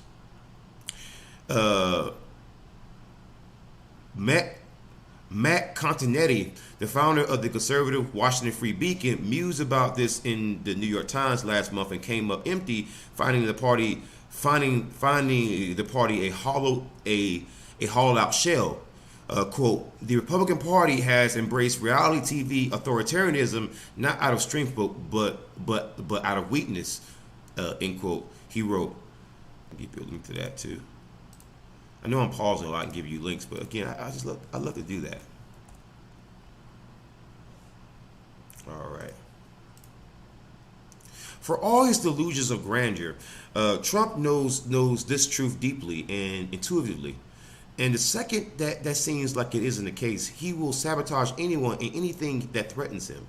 He even seems willing to tank the Senate elections in Georgia on Tuesday in his demands for validation. Quote, I talk to Republicans and they look at what's happening and they say, you know, he must be thinking, I want to send a message. If I'm not on the ballot, Republicans are in trouble, end quote. Axios co-founder Mike Allen told CNBC last month.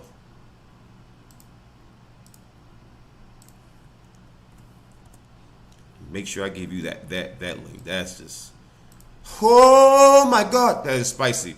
Look no further than his attacks on Georgia's elected officials, even as control of the Senate, vital to his party over the next 2 years, hangs in the balance.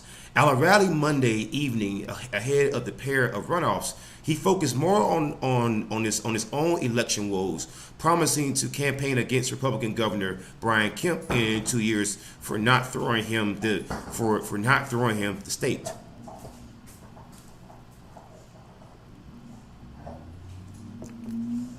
And on Saturday, almost 2 months after Election Day, Trump tried yet again to get Secretary of State Brad Raffensperger to reverse the state's election results, begging him to find 11,780 votes. Quote, you have a big election coming up, and because of what you've done to the president, you know, the people of Georgia know that this was a scam, Trump said on the call. Quote, because of what you've done to the president, a lot of people aren't going out to vote. And a lot of Republicans are going to vote negatively because they hate what you did to the president, end quote. And that's very interesting.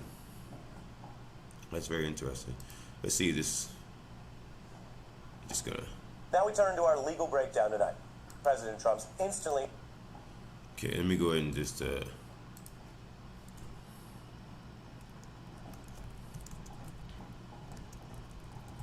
I want to listen to that Trump tape again. I want that to be played, and I want that people to hear that.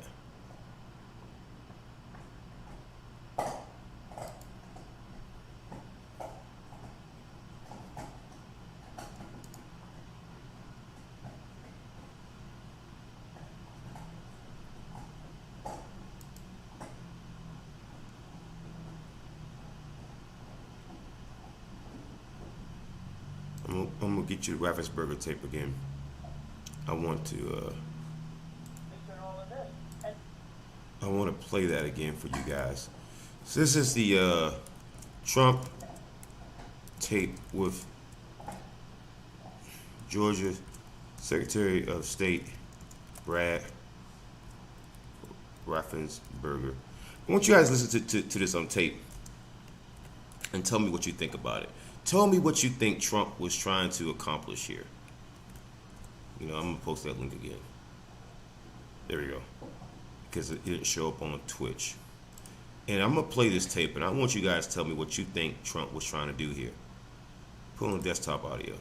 I'm gonna mute myself and I'm gonna let this play, and I want you guys to tell me what you think he was trying to accomplish here. And there's nothing wrong with, we have won this election in Georgia based on all of this. And there's nothing wrong with saying that, Brad. You know, I mean, having a correct, the people of Georgia are angry. And these numbers are going to be repeated on Monday night, along with others that we're going to have by that time, which are much more substantial even. And the people of Georgia are angry. The people of the country are angry. And there's nothing wrong with saying that, you know, that you've recalculated. Well, Mr. President, the challenge that you have is the data you have is wrong. Now, do you think it's possible that they shredded ballots in Fulton County? Because that's what the rumor is. And also that Dominion took out machines. That Dominion is really moving fast to get rid of their machinery. Do you know anything about that? Because that's illegal. This is Ryan, Germany. No, Dominion has not moved any machinery out of Fulton County. We're having. Well, but have they moved? Have they moved the inner parts of the machines and replaced them with other parts? No. You sure, Ryan? I'm sure. You should want to have an accurate election. And you're a Republican. We believe that we do have an accurate election. No, you don't. No, you don't. You don't have. Not even close. You're off by hundreds of thousands of votes. You know what they did, and you're not reporting it. That's a criminal offense. And you can't let that happen. That's a big risk to you and to Ryan, your lawyer. That's a big risk. But they are shredding ballots, in my opinion, based on what I've heard, and they are removing machinery, and they're moving it as fast as they can, both of which are criminal fines, and you can't let it happen, and you are letting it happen. I'm notifying you that you're letting it happen. So, look, all I want to do is this. I just want to find 11,780 votes, which is one more than we have, because we won the state. So tell me, Brad, what are we going to do? We won the election, and it's not fair to take it away from us like this. And it's going to be very costly in many ways. And I think you have to say that you're going to re-examine it, and you can re-examine it, but re-examine it with people that want to find answers, not people that don't want to find answers. For instance, I'm hearing Ryan, and he's probably, I'm sure, a great lawyer and everything, but he's making statements about those ballots that he doesn't know. But he's making them with he did make them with surety, but now I think he's less sure, because the answer is they all went to Biden. And that alone wins us the election by a lot. So. Mr. President, you have people that submit information, and we have our people that submit information, and then it comes before the court, and the court then has to make a determination. We have to stand by our numbers. We believe our numbers are right. Well, under law, you're not allowed to give faulty election results, okay? You're not allowed to do that, and that's what you've done. This is a faulty election result. And honestly, this should go very fast. You should meet tomorrow, because you have a big election coming up, and because of what you've done to the president, the people of Georgia know that this was a scam. And because of what you've done to the president, a lot of people aren't going out to vote. And a lot of Republicans are going to vote negative because they hate what you did to the president. Okay? They hate it. And they're going to vote. And if you would be respected, if this thing could be straightened out before the election. You have a big election coming up on Tuesday. Oh my God. Schiff actually standing up and saying you can't trust elections in the... You tell me what that sounded like to you. You tell me what that sounded like to you. All right, guys, we're going to get into the Georgia runoff elections. Guys, you let me know what that sounded like to you in the chat. You let me know. You tell me what that sounded like to you in the chat. Oh, my God. If you guys want to follow me on Twitter. Devil's Advocate, follow me on Twitch. FusePainter86, follow me on YouTube. Devil's Advocate, guys, follow me on every platform. I am on Minds, I am on Gab, I am on Facebook, I am on Twitter, I am on YouTube, I am on Twitch, I am on VK, I am on Trovo, I am on D Live, I am on Parler, I am on Patreon. I'm everywhere. Oh my God, I'm even on TikTok. My minute or less videos. You can only upload videos that are a minute or less on TikTok so far. So guess what? My minute or less series I started because of freaking TikTok. So I actually upload those videos on TikTok and also on YouTube. Oh my God! I upload them on both platforms just for you, baby. Therefore, if you're on one or the other, and you still want to see my sexy chocolate face guys, guess what? You can still get that. You can still get it. Oh, baby, you can get it. Oh, baby, oh, baby, oh, baby. All right, guys, let's get into the Georgia elections. All right, so I'm going to post this from MSNBC. All right. So I'll get you guys a link to this in the chat. Oh, my God. The link right there is posted. It is posted in the chat. The link is posted in the chat. The link is for you. All right. Let's get into it. All right. Let's go ahead. What the Georgia runoff election means for the South in America, the party competitiveness in the Georgia runoff is in of itself a marvel. Oh my God, Hayes Brown. I'm so glad that Hayes Brown handled this one. Georgia's runoff election is scheduled for Tuesday, and as we've been reminded constantly since the twin sprints to the U.S. Senate were first announced 9 weeks ago, the stakes are high. The Senate majority hinges on whether the Democratic challengers can sweep both races. And let me go and link to that real quick.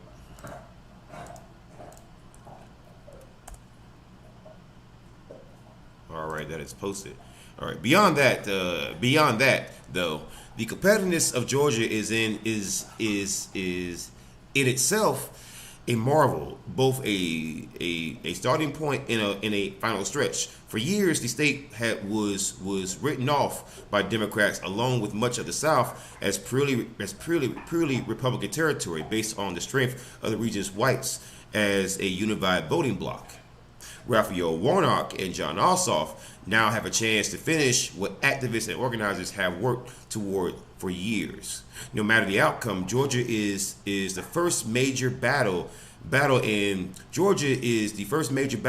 what could be a transformative campaign to reclaim the region from the Southern strategy over 140 years ago, after the hopes that Reconstruction would build a more equitable United States where everyone were bargained away and left to die. I'm going to get you that for the Southern strategy. I think that's very interesting. You guys should read that. Know about American history. Oh my God. You should know about American history. I really like the fact that this guy provides so much good, juicy, spicy history.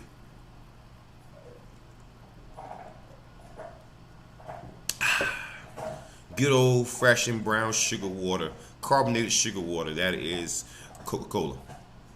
All right. They're not the most trusted barometers these days, but polls conducted in Georgia show a close race. That's why the mass early turnout has Republicans scared. A large number of the 2.5 million votes already locked in reportedly come from Democratic bases like Atlanta's Fulton and DeKalb counties.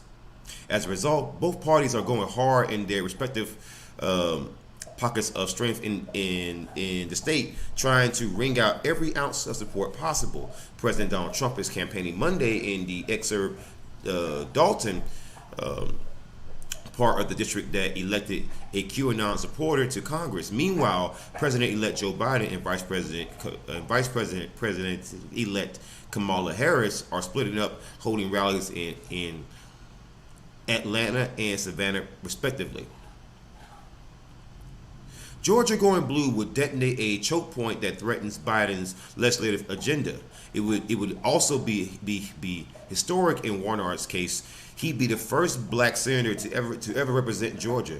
He joined South Carolina. He would join South Carolina Republican Tim Scott as the only black senators from the South since Reconstruction ended. Also, for his part, could become the first millennial in the Senate. Sweeping Georgia would also be a potential turning point for Democratic prospects in the region. Stacey Abrams bet that turning out and energizing minority populations in Georgia could sway a statewide election. She narrowly lost her own race for governor to then Georgia Secretary of State Brian Kemp in 2018. Her tactics have become a model for the state, helping propel Biden's victory in the state on November 3rd. The efforts Abrams and others before her and since have put into this goal of reshaping the electorate show how short-sighted writing off Southerners as a conservative bloc has been for national Democrats. Mississippi is 38% black, the highest percentage of any state in the country, a statistic that's often forgotten when talking about how deep red the state is. As Biden and Trump slugged out at the top of the ballot last year, Mike Epstein campaigned to become the first black man to represent Mississippi in the U.S. Senate since 1881. Unlike other Southern Democratic candidates running statewide, Epstein didn't bother trying to sever himself from the politics of the broader party to appeal to his state's voters, welcoming support from Abrams and former President Barack Obama. Despite that, he only garnered support and attention from the National Democratic Party late in the game. How long is this article? Ooh, Lord. We're gonna end it there because that's a long article. Oh my God, Hazel, I love you, brother, but you gotta short up a little bit, brother. All right. So you're gonna move on to the next one here from MSNBC. That one was a long article. That was a long one. That one, oh my God, that was a long one. All right, we're gonna move on here.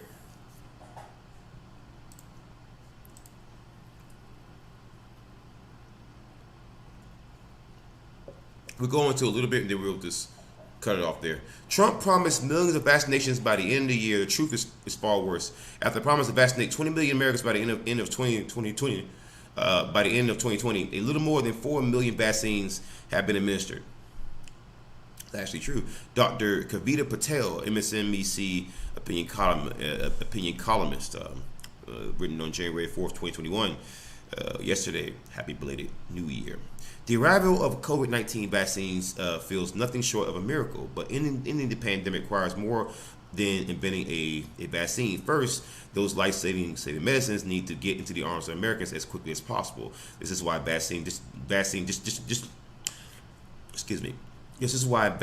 distribution and not just vaccine development is of the utmost importance. So far, the implementation of vaccine distribution is ultimately falling apart and falling far short of what is needed to quell the pandemic, echoing many of the most distressing dimensions of our country's uncoordinated and often chaotic approach to the pandemic. The initial phase of the distribution of vaccines is already repeating some of the worst mistakes America has made.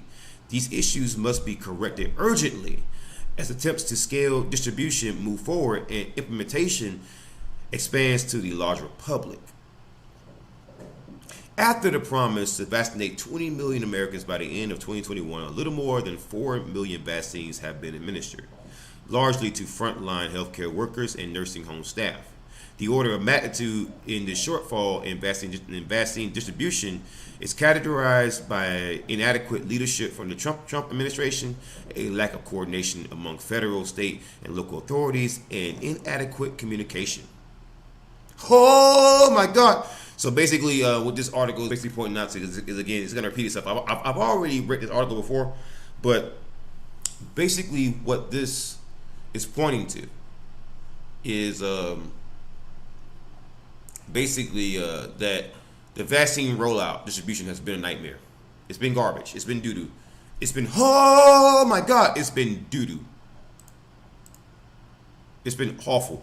Tell me in the chat, tell me, what do you think of the vaccine distribution in your country? Tell me in the chat, what do you think of the vaccine distribution in your country?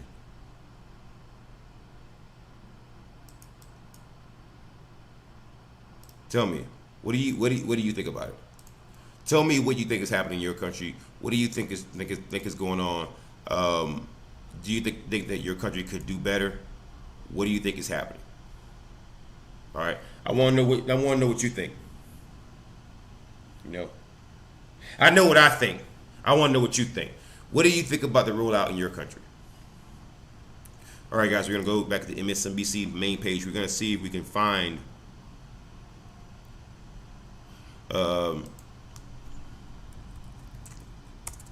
Georgia exit polls. We're gonna look at Georgia exit polls. We're gonna see what happens.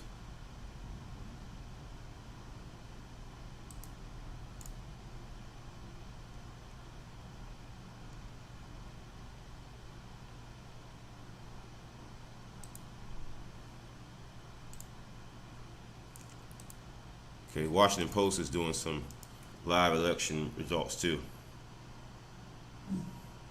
Polls are closed. Let's see. All right. So right now,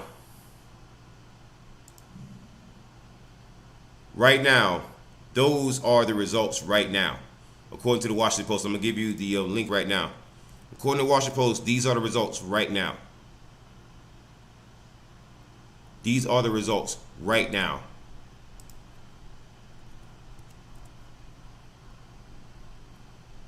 These are the results right now in the Washington Post right now in Georgia. All right, so right now in Georgia. All right, right now in Georgia, you have something crazy that's going on. John Ossoff and Raphael Warnock are winning, and they are winning big. All right, but 70% of the votes have been counted there. 70% reporting, but so far they're winning, and they're winning big. Oh my God, they're winning big. Oh my God.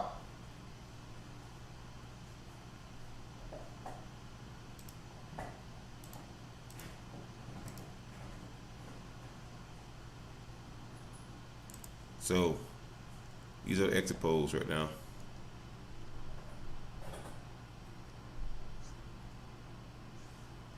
So right there, I'm gonna give you some other. I want to also give you some other Georgia exit polls. The way it's looking, I want to give you guys some live results, man.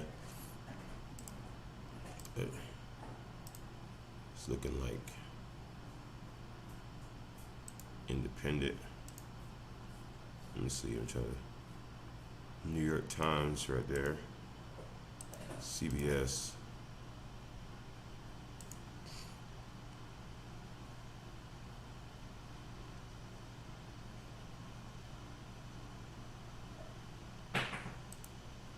Atlanta Journal-Constitution. I think I want that one. That one's gonna be probably the most accurate.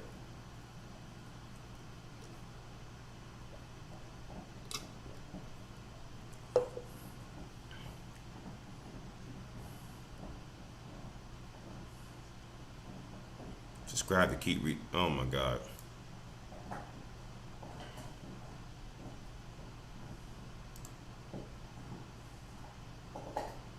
Okay. So here are the actual. Here is the exit poll for Georgia president results. Updating. Okay, no. State results. That's what I want. I don't want presidential results. I want state results. No. I want Senate. What in the world?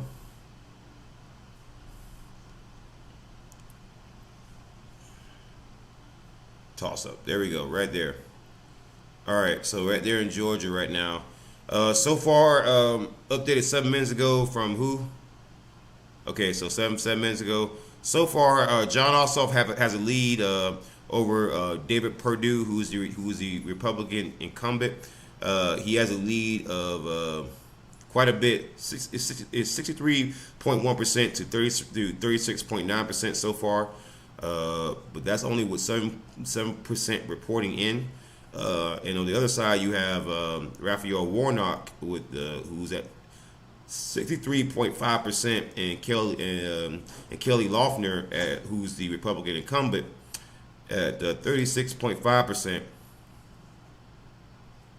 with 7% reporting in. So I'm going to get you that link right there in the chat. That way you guys can follow along if you want to. But as you can see on the screen right there, Kelly Loeffler and David Perdue might be in some trouble, yo. Call in if you want to give your opinion on it. 253-203-6784. Again, 253-203-6784. If you guys want a link to my Discord, so you can join the voice server, and then the voice chat, and then I can join in and turn on desktop audio.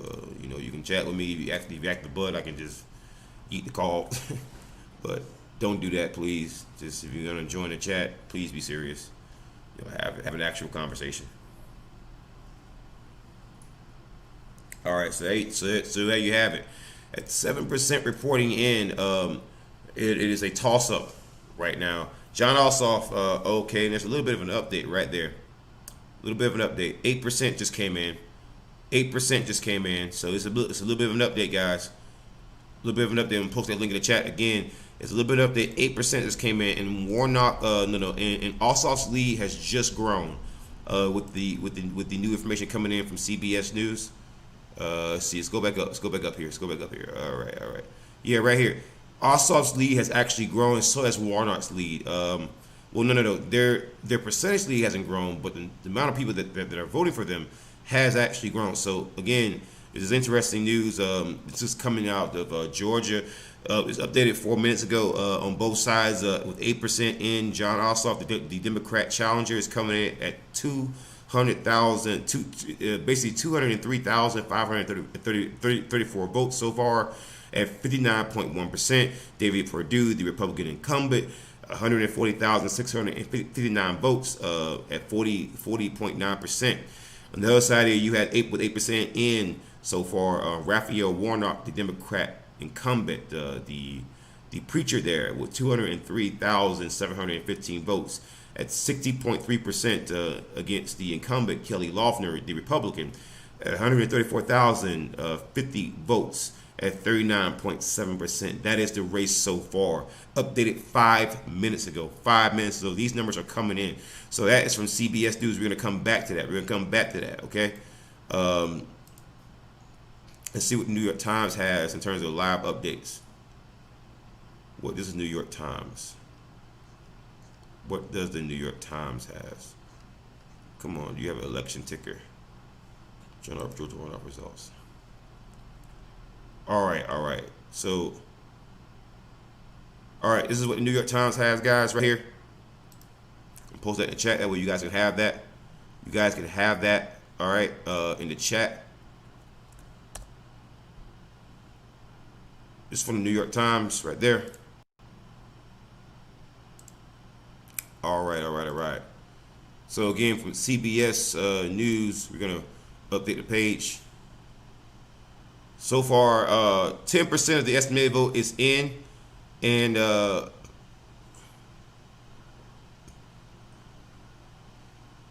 all right. So 11% of the estimated vote total has been reported. According to New York Times, there are new numbers here. All right, guys, this is new numbers. Numbers is coming in fast. All right, so far in the race with Raphael Warnock and Kelly Loeffler, So far, the Democrat is ahead. Raphael Warnock, the preacher, is ahead. 243,844 votes at 52.8% against Kelly Loeffler, the incumbent Republican. She has 217,868 votes at 47.2% of the vote in for her. So right now, Warnock is winning more than 50% of the vote right now. Okay, let's go down. Let's go down here. All right, so in the race against John Ossoff against the incumbent David Perdue. John Ossoff, the Democrat, he has, okay, the numbers just changed. All right, he has 244,505 votes at 52.1%, winning more than 50% of the vote against the incumbent David Perdue, the Republican, at 225,041 votes at 47.9%. Right now, both the Republican incumbents are in trouble. They are in major doo-doo right now. They are in trouble. Oh my God, they are in trouble right now. If I'm the incumbents right now, I am worried. I am sweating. I am sweating Corona. I'm sweating Corona. If I'm the incumbents right now, I'm sweating. Oh my God, I'm sweating Corona right now. I'm worried. I'm shaking in my boots. According to CBS News, John Ossoff, the Democrat challenger, is facing off against David Perdue. According to CBS News, these numbers are different from the other ones, but again, so far they have less of the vote counted in. They only have 8% in. So with 8% in, John Ossoff has a 59.1% lead over David Perdue, the incumbent, at 40.9%. Raphael Warnock is at 60.3%, and Kelly Loeffler is at 39.7% on CBS News. If you want to follow that one, I'll give you a link in the chat. But however, the other poll, the other election results were giving us better numbers and more up-to-date numbers with better numbers, higher number count. I like that kind of stuff, don't you? Right, boom. Look at that. Right now, we're going to give you a link to that particular thing with the New York Times. All right. So, as you can see, right now, we're going to refresh this page. Make sure we get some accurate numbers. All right. So, with 11% of the vote in the race with Raphael Warnock against the incumbent Kelly Loeffler, a Democrat, versus the Republican incumbent. Raphael Warnock has a lead of 51.5%. With 255,131 votes to Kelly Loeffler's 240 votes at 48.5%. Warnock is still over 50% winning right now. In the race with Perdue versus Ossoff, the Democrat challenger John Ossoff, the young Democrat millennial John Ossoff against David Perdue, the incumbent Republican. Ossoff has a lead with 276,789 votes at 53.1%, an even higher percentage than last time, to David Perdue, the Republican incumbent's 244,933 votes at 46.9%. But however, only 11% of the vote is in, so it's still going to be a long night, ladies and gentlemen. It's going to be a long night. Ossoff is currently up by 31,856 votes. All right, and right now Warnock, Warnock is up by 14,891 votes because, Warnock actually, and the numbers just increased. We're going to give you a link to the New York Times again. The numbers just jumped to 13%. We are no longer at 11%. We are at 13% now. All right. So let's get back to the numbers here. 13%.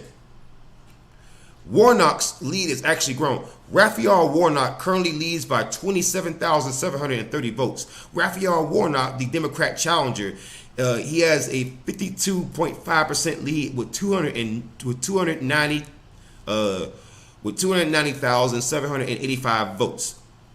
To Kelly Loeffler's 263,055 votes at 47.5%. Now let's go down here to the Ossoff and Perdue race that's now been updated at 13% reported. All right. Perdue versus Ossoff. John Ossoff, the Democratic challenger, the young millennial challenger against the Republican incumbent David Perdue. John Ossoff has a 52.2% lead with 288,960 votes to David Perdue's 264,871 votes at 47.8%, but with only 13%. Oh, the numbers just updated, and John Ossoff is kicking David Perdue's butt right now. I will give you another link to that live update right now. And right now, oh my God, John Ossoff is just destroying David Perdue right now, blowing those numbers out of the water. All right, so right now the numbers are updated, and oh my God, Warnock's numbers is even jumped even higher. He now leads by 95,270 votes. The Democrat challenger, Raphael Warnock, the pastor who preaches at the exact same pulpit as Martin Luther King Jr. All right, he leads at 57.3% of the vote with 372,738 votes to the Republican incumbent Kelly Loeffler, the woman with a plan, with 42.7% of the vote with 277,468 votes. But we're only 60% in. Let's go down here to the Ossoff and Perdue race. All right. So John Ossoff leads by 90,835 votes. The Democrat challenger, the young millennial, John Ossoff leads at 56.9% of the vote with 372,931 votes in for the Democrat challenger. And the Republican incumbent, David Perdue, he has 43.1% of the vote with 282,096 votes in for him. The Democrat challenger, the young man here, he has pretty much 57% of the vote with 16% in. Oh my God, who saw that coming? Who saw that coming? This young man is no joke. That young man is no joke. Y'all better put some respect on that man's name. Y'all better put some respect on that man's name. This young man is kicking ass. This young man said, you know what, John, you know what, David Perdue? You know what I'm going to do to you? I'm going to roll up my sleeves. I'm going to put them in, not the sleeves of my shirt. The sleeves on my freaking pants. And I'm going to dig my boot in your booty hole. That's what's happening right now. That boy right now is kicking ass. Say what you want about John Ossoff. He is kicking ass. All right, he is like that. He is like that man from the 5 Heartbeats. All right, you can't get rid of me. I made your asses. Okay, my man is no joke. My man's no joke. All right, y'all better put some respect on that that young man's name. And the vote, I believe, has just been updated. We're gonna go ahead and do a New York Times. New York Times is on it, baby. They are on it. They are on it. Plus 14 for Warnock. Plus 13 for Ossoff. Let's go down here. All right. So the numbers have just updated to 16%. All right. So Raphael Warnock, the Democrat challenger, the preacher who preaches for the same pulpit as MLK Jr., has 377,330 votes at 56.9% to Kelly Loeffler, the Republican incumbent, 285,786 votes at 43.1%. Warnock leads by 91,545 votes. Let's go down here to the Ossoff and Perdue race. That is very much, not really competitive. Ossoff is kicking ass right now. Okay, Perdue, where you at, Perdue? Because John Ossoff leads by 86,911 votes. The Democrat challenger, the young millennial, he has 374,948 votes at 56.6%. And David Perdue, the Republican incumbent, has 288,037 votes at 43.4%. David Perdue, for shame, sir. For shame. This young boy is giving you that work. That young boy is working you. that young boy, he said, I don't want to take it no more.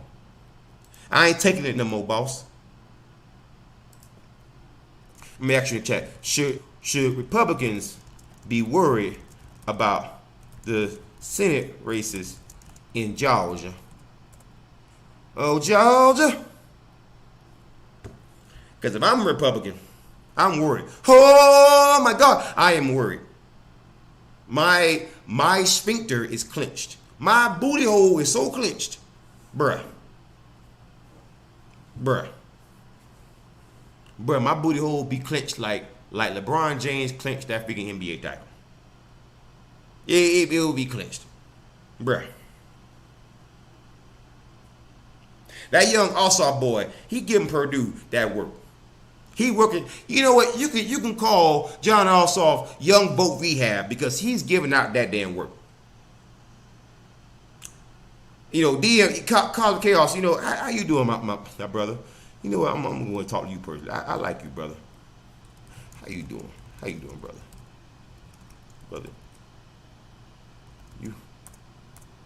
You my dear, sweet. Let me see.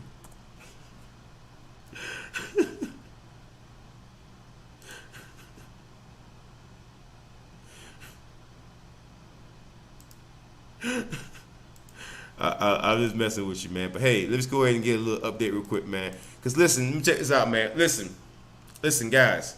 These are live updates, yo. This is a wild race. Right now, Warnock and Ossoff are just going ham right now. 18% reported, guys. I'm gonna give you another link in the chat so you guys can follow along. 18% reported. We have a live update right now, guys. It's gonna be an update for you guys. All right. Right there in the chat. Right there. Okay? It is in the chat. It should be in the chat. If it's not in the chat, I'm gonna repost it for you. That way you know it's in the chat for you. Because you wanna know why, guys? I am here for you. Not for anybody else, for you. Okay? There he goes. New York Times. Follow that along, guys. It's going to be a live update, guys. Live updates right now in the Georgia Senate race. All right. Updated a minute ago. 18% reported. Raphael Warnock, the Democrat challenger, who is the preacher who preaches from the same pulpit as Martin Luther King Jr. He leads by 95,269 votes. He has so far 421,830 votes. And he is winning by 56.4% of the votes. All right, guys. Actually, it has updated. He is leading by 97,421 votes, and now the vote total for him and also for Loeffler has updated. Warnock, the Democrat challenger, he has so far 427,704 votes, with 56.4% in for him. More than 55% of the vote to the Republican incumbent Loeffler, who has 330,000 votes, 330,283 votes at 43.6%. The Ossoff and Purdue race is the most entertaining because Ossoff is leading by 89,737 votes. Ossoff, the Democrat young millennial, so far has 424,365 votes with 55.9% of the vote in. More than 55% of the votes so far, with 18% reported in. Dave Perdue, the Republican incumbent, has 334,628 votes at 44.1, now 44.2%. The numbers have just come in. More numbers have come in, guys. In the Ossoff and Perdue race. Ossoff now, the challenger, has 426,912 votes at 55.8%. Still over 55% of the vote. To Perdue, the incumbent, 338,586 votes. 44.2%.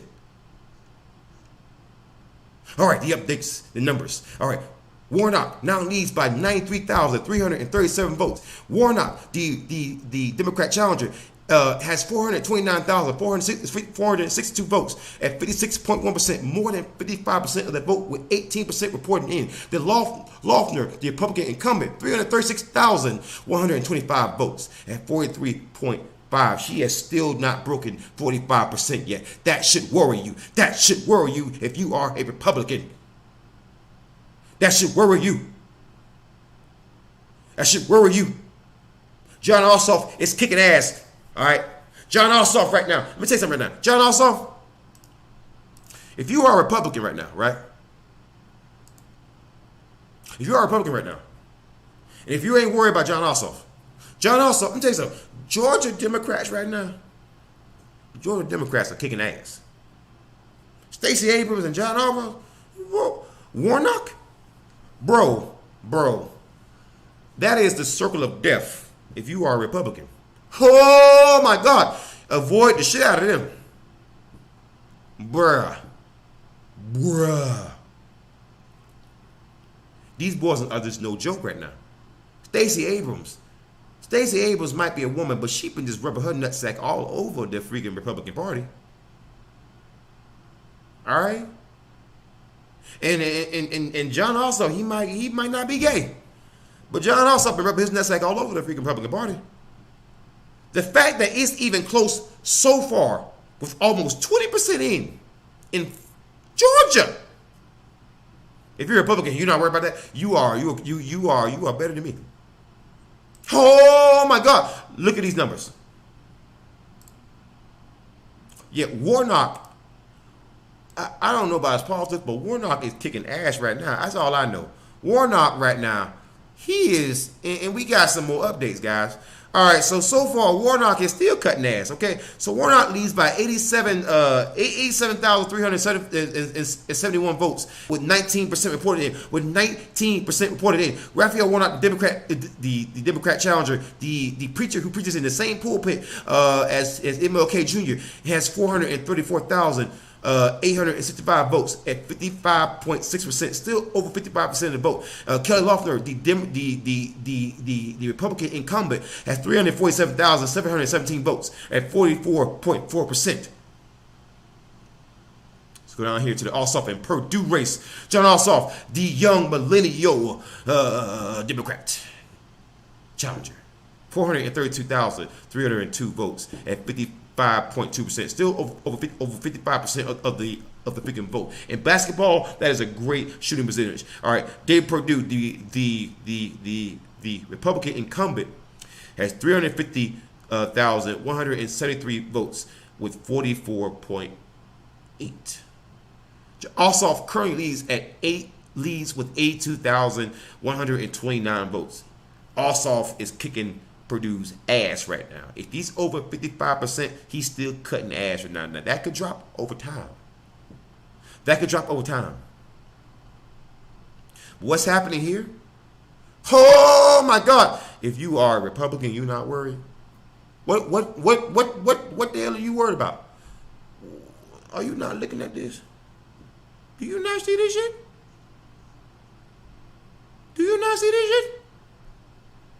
Okay, so numbers have actually changed. Okay, so Warnock, the Democrat challenger, is now at 436,492 votes with 55% even, but he's still there. Kelly Loeffler, the Republican incumbent, 357,399 votes for her at 45%. She is still losing by 10 points. Warnock leads by 79,093 votes. And down here to the Ossoff race. Let's go back down here. All right. So the numbers have not. Okay, numbers have actually changed. All right. So John Ossoff, the Democrat challenger, 435,000. The numbers have actually changed. The numbers have changed. We'll go ahead and update the numbers. We'll go ahead and press the. Okay.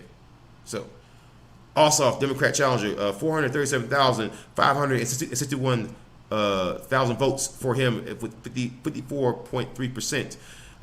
He has lost some ground there to the Republican incumbent, who's at 367,555 votes at 45.7%. But David Perdue is still getting beat by almost 10 points. He must pick up those numbers if he ever hopes to win, because Ossoff still leads by 70,000 votes, pretty much 70,000 votes. That is the lead for John Ossoff, the young Democrat millennial who is cutting butt right now. All right, back to the Warnock and Loeffler race. Warnock, the Democrat challenger, has 440,187 69,000 votes for him. He is at 54.7%. Loeffler, the Republican incumbent, has 365,028 votes at 45.3%. The numbers have just updated, guys. Numbers have just updated. Let me go ahead and check real quick. All right. So, Warnock has 442,188 votes at 54.4%, almost at 55%. All right, Kelly Loeffler, the Republican incumbent, has 369,917 votes at 45.6%, still getting beat by almost 10 points. Warnock is currently leading by 72,271 votes. Go down here to the Purdue and Ossoff race.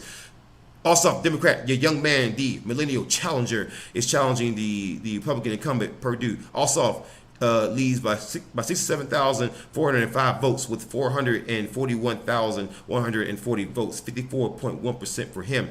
Purdue, the Republican incumbent, has 373,730. Whoa, the numbers have just updated. 20% of the vote is now in. We must update the numbers, guys. I'm going to post the link in the chat one more time. I'm doing like a crazy political play-by-play.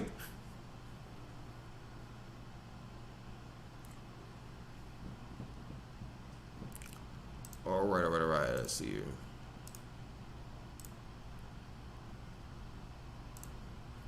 Go ahead and do an update again. All right. 20% of the vote in, and Republicans should worry, man. These numbers probably ain't going to pick up that much. Okay, so Warnock, the Democrat challenger to Kelly Loeffler, the Republican incumbent. Warnock has 448,386 votes, 53.7%, to Kelly Loeffler, the Republican incumbent, has 386,050 votes at 46.3%. Warnock leads by 62,336 votes. Purdue versus Ossoff, the young millennial Ossoff, Democrat challenger, is at 445,752 votes for him.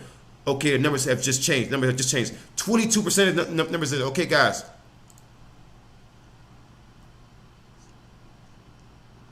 All right, numbers are in. New numbers are in.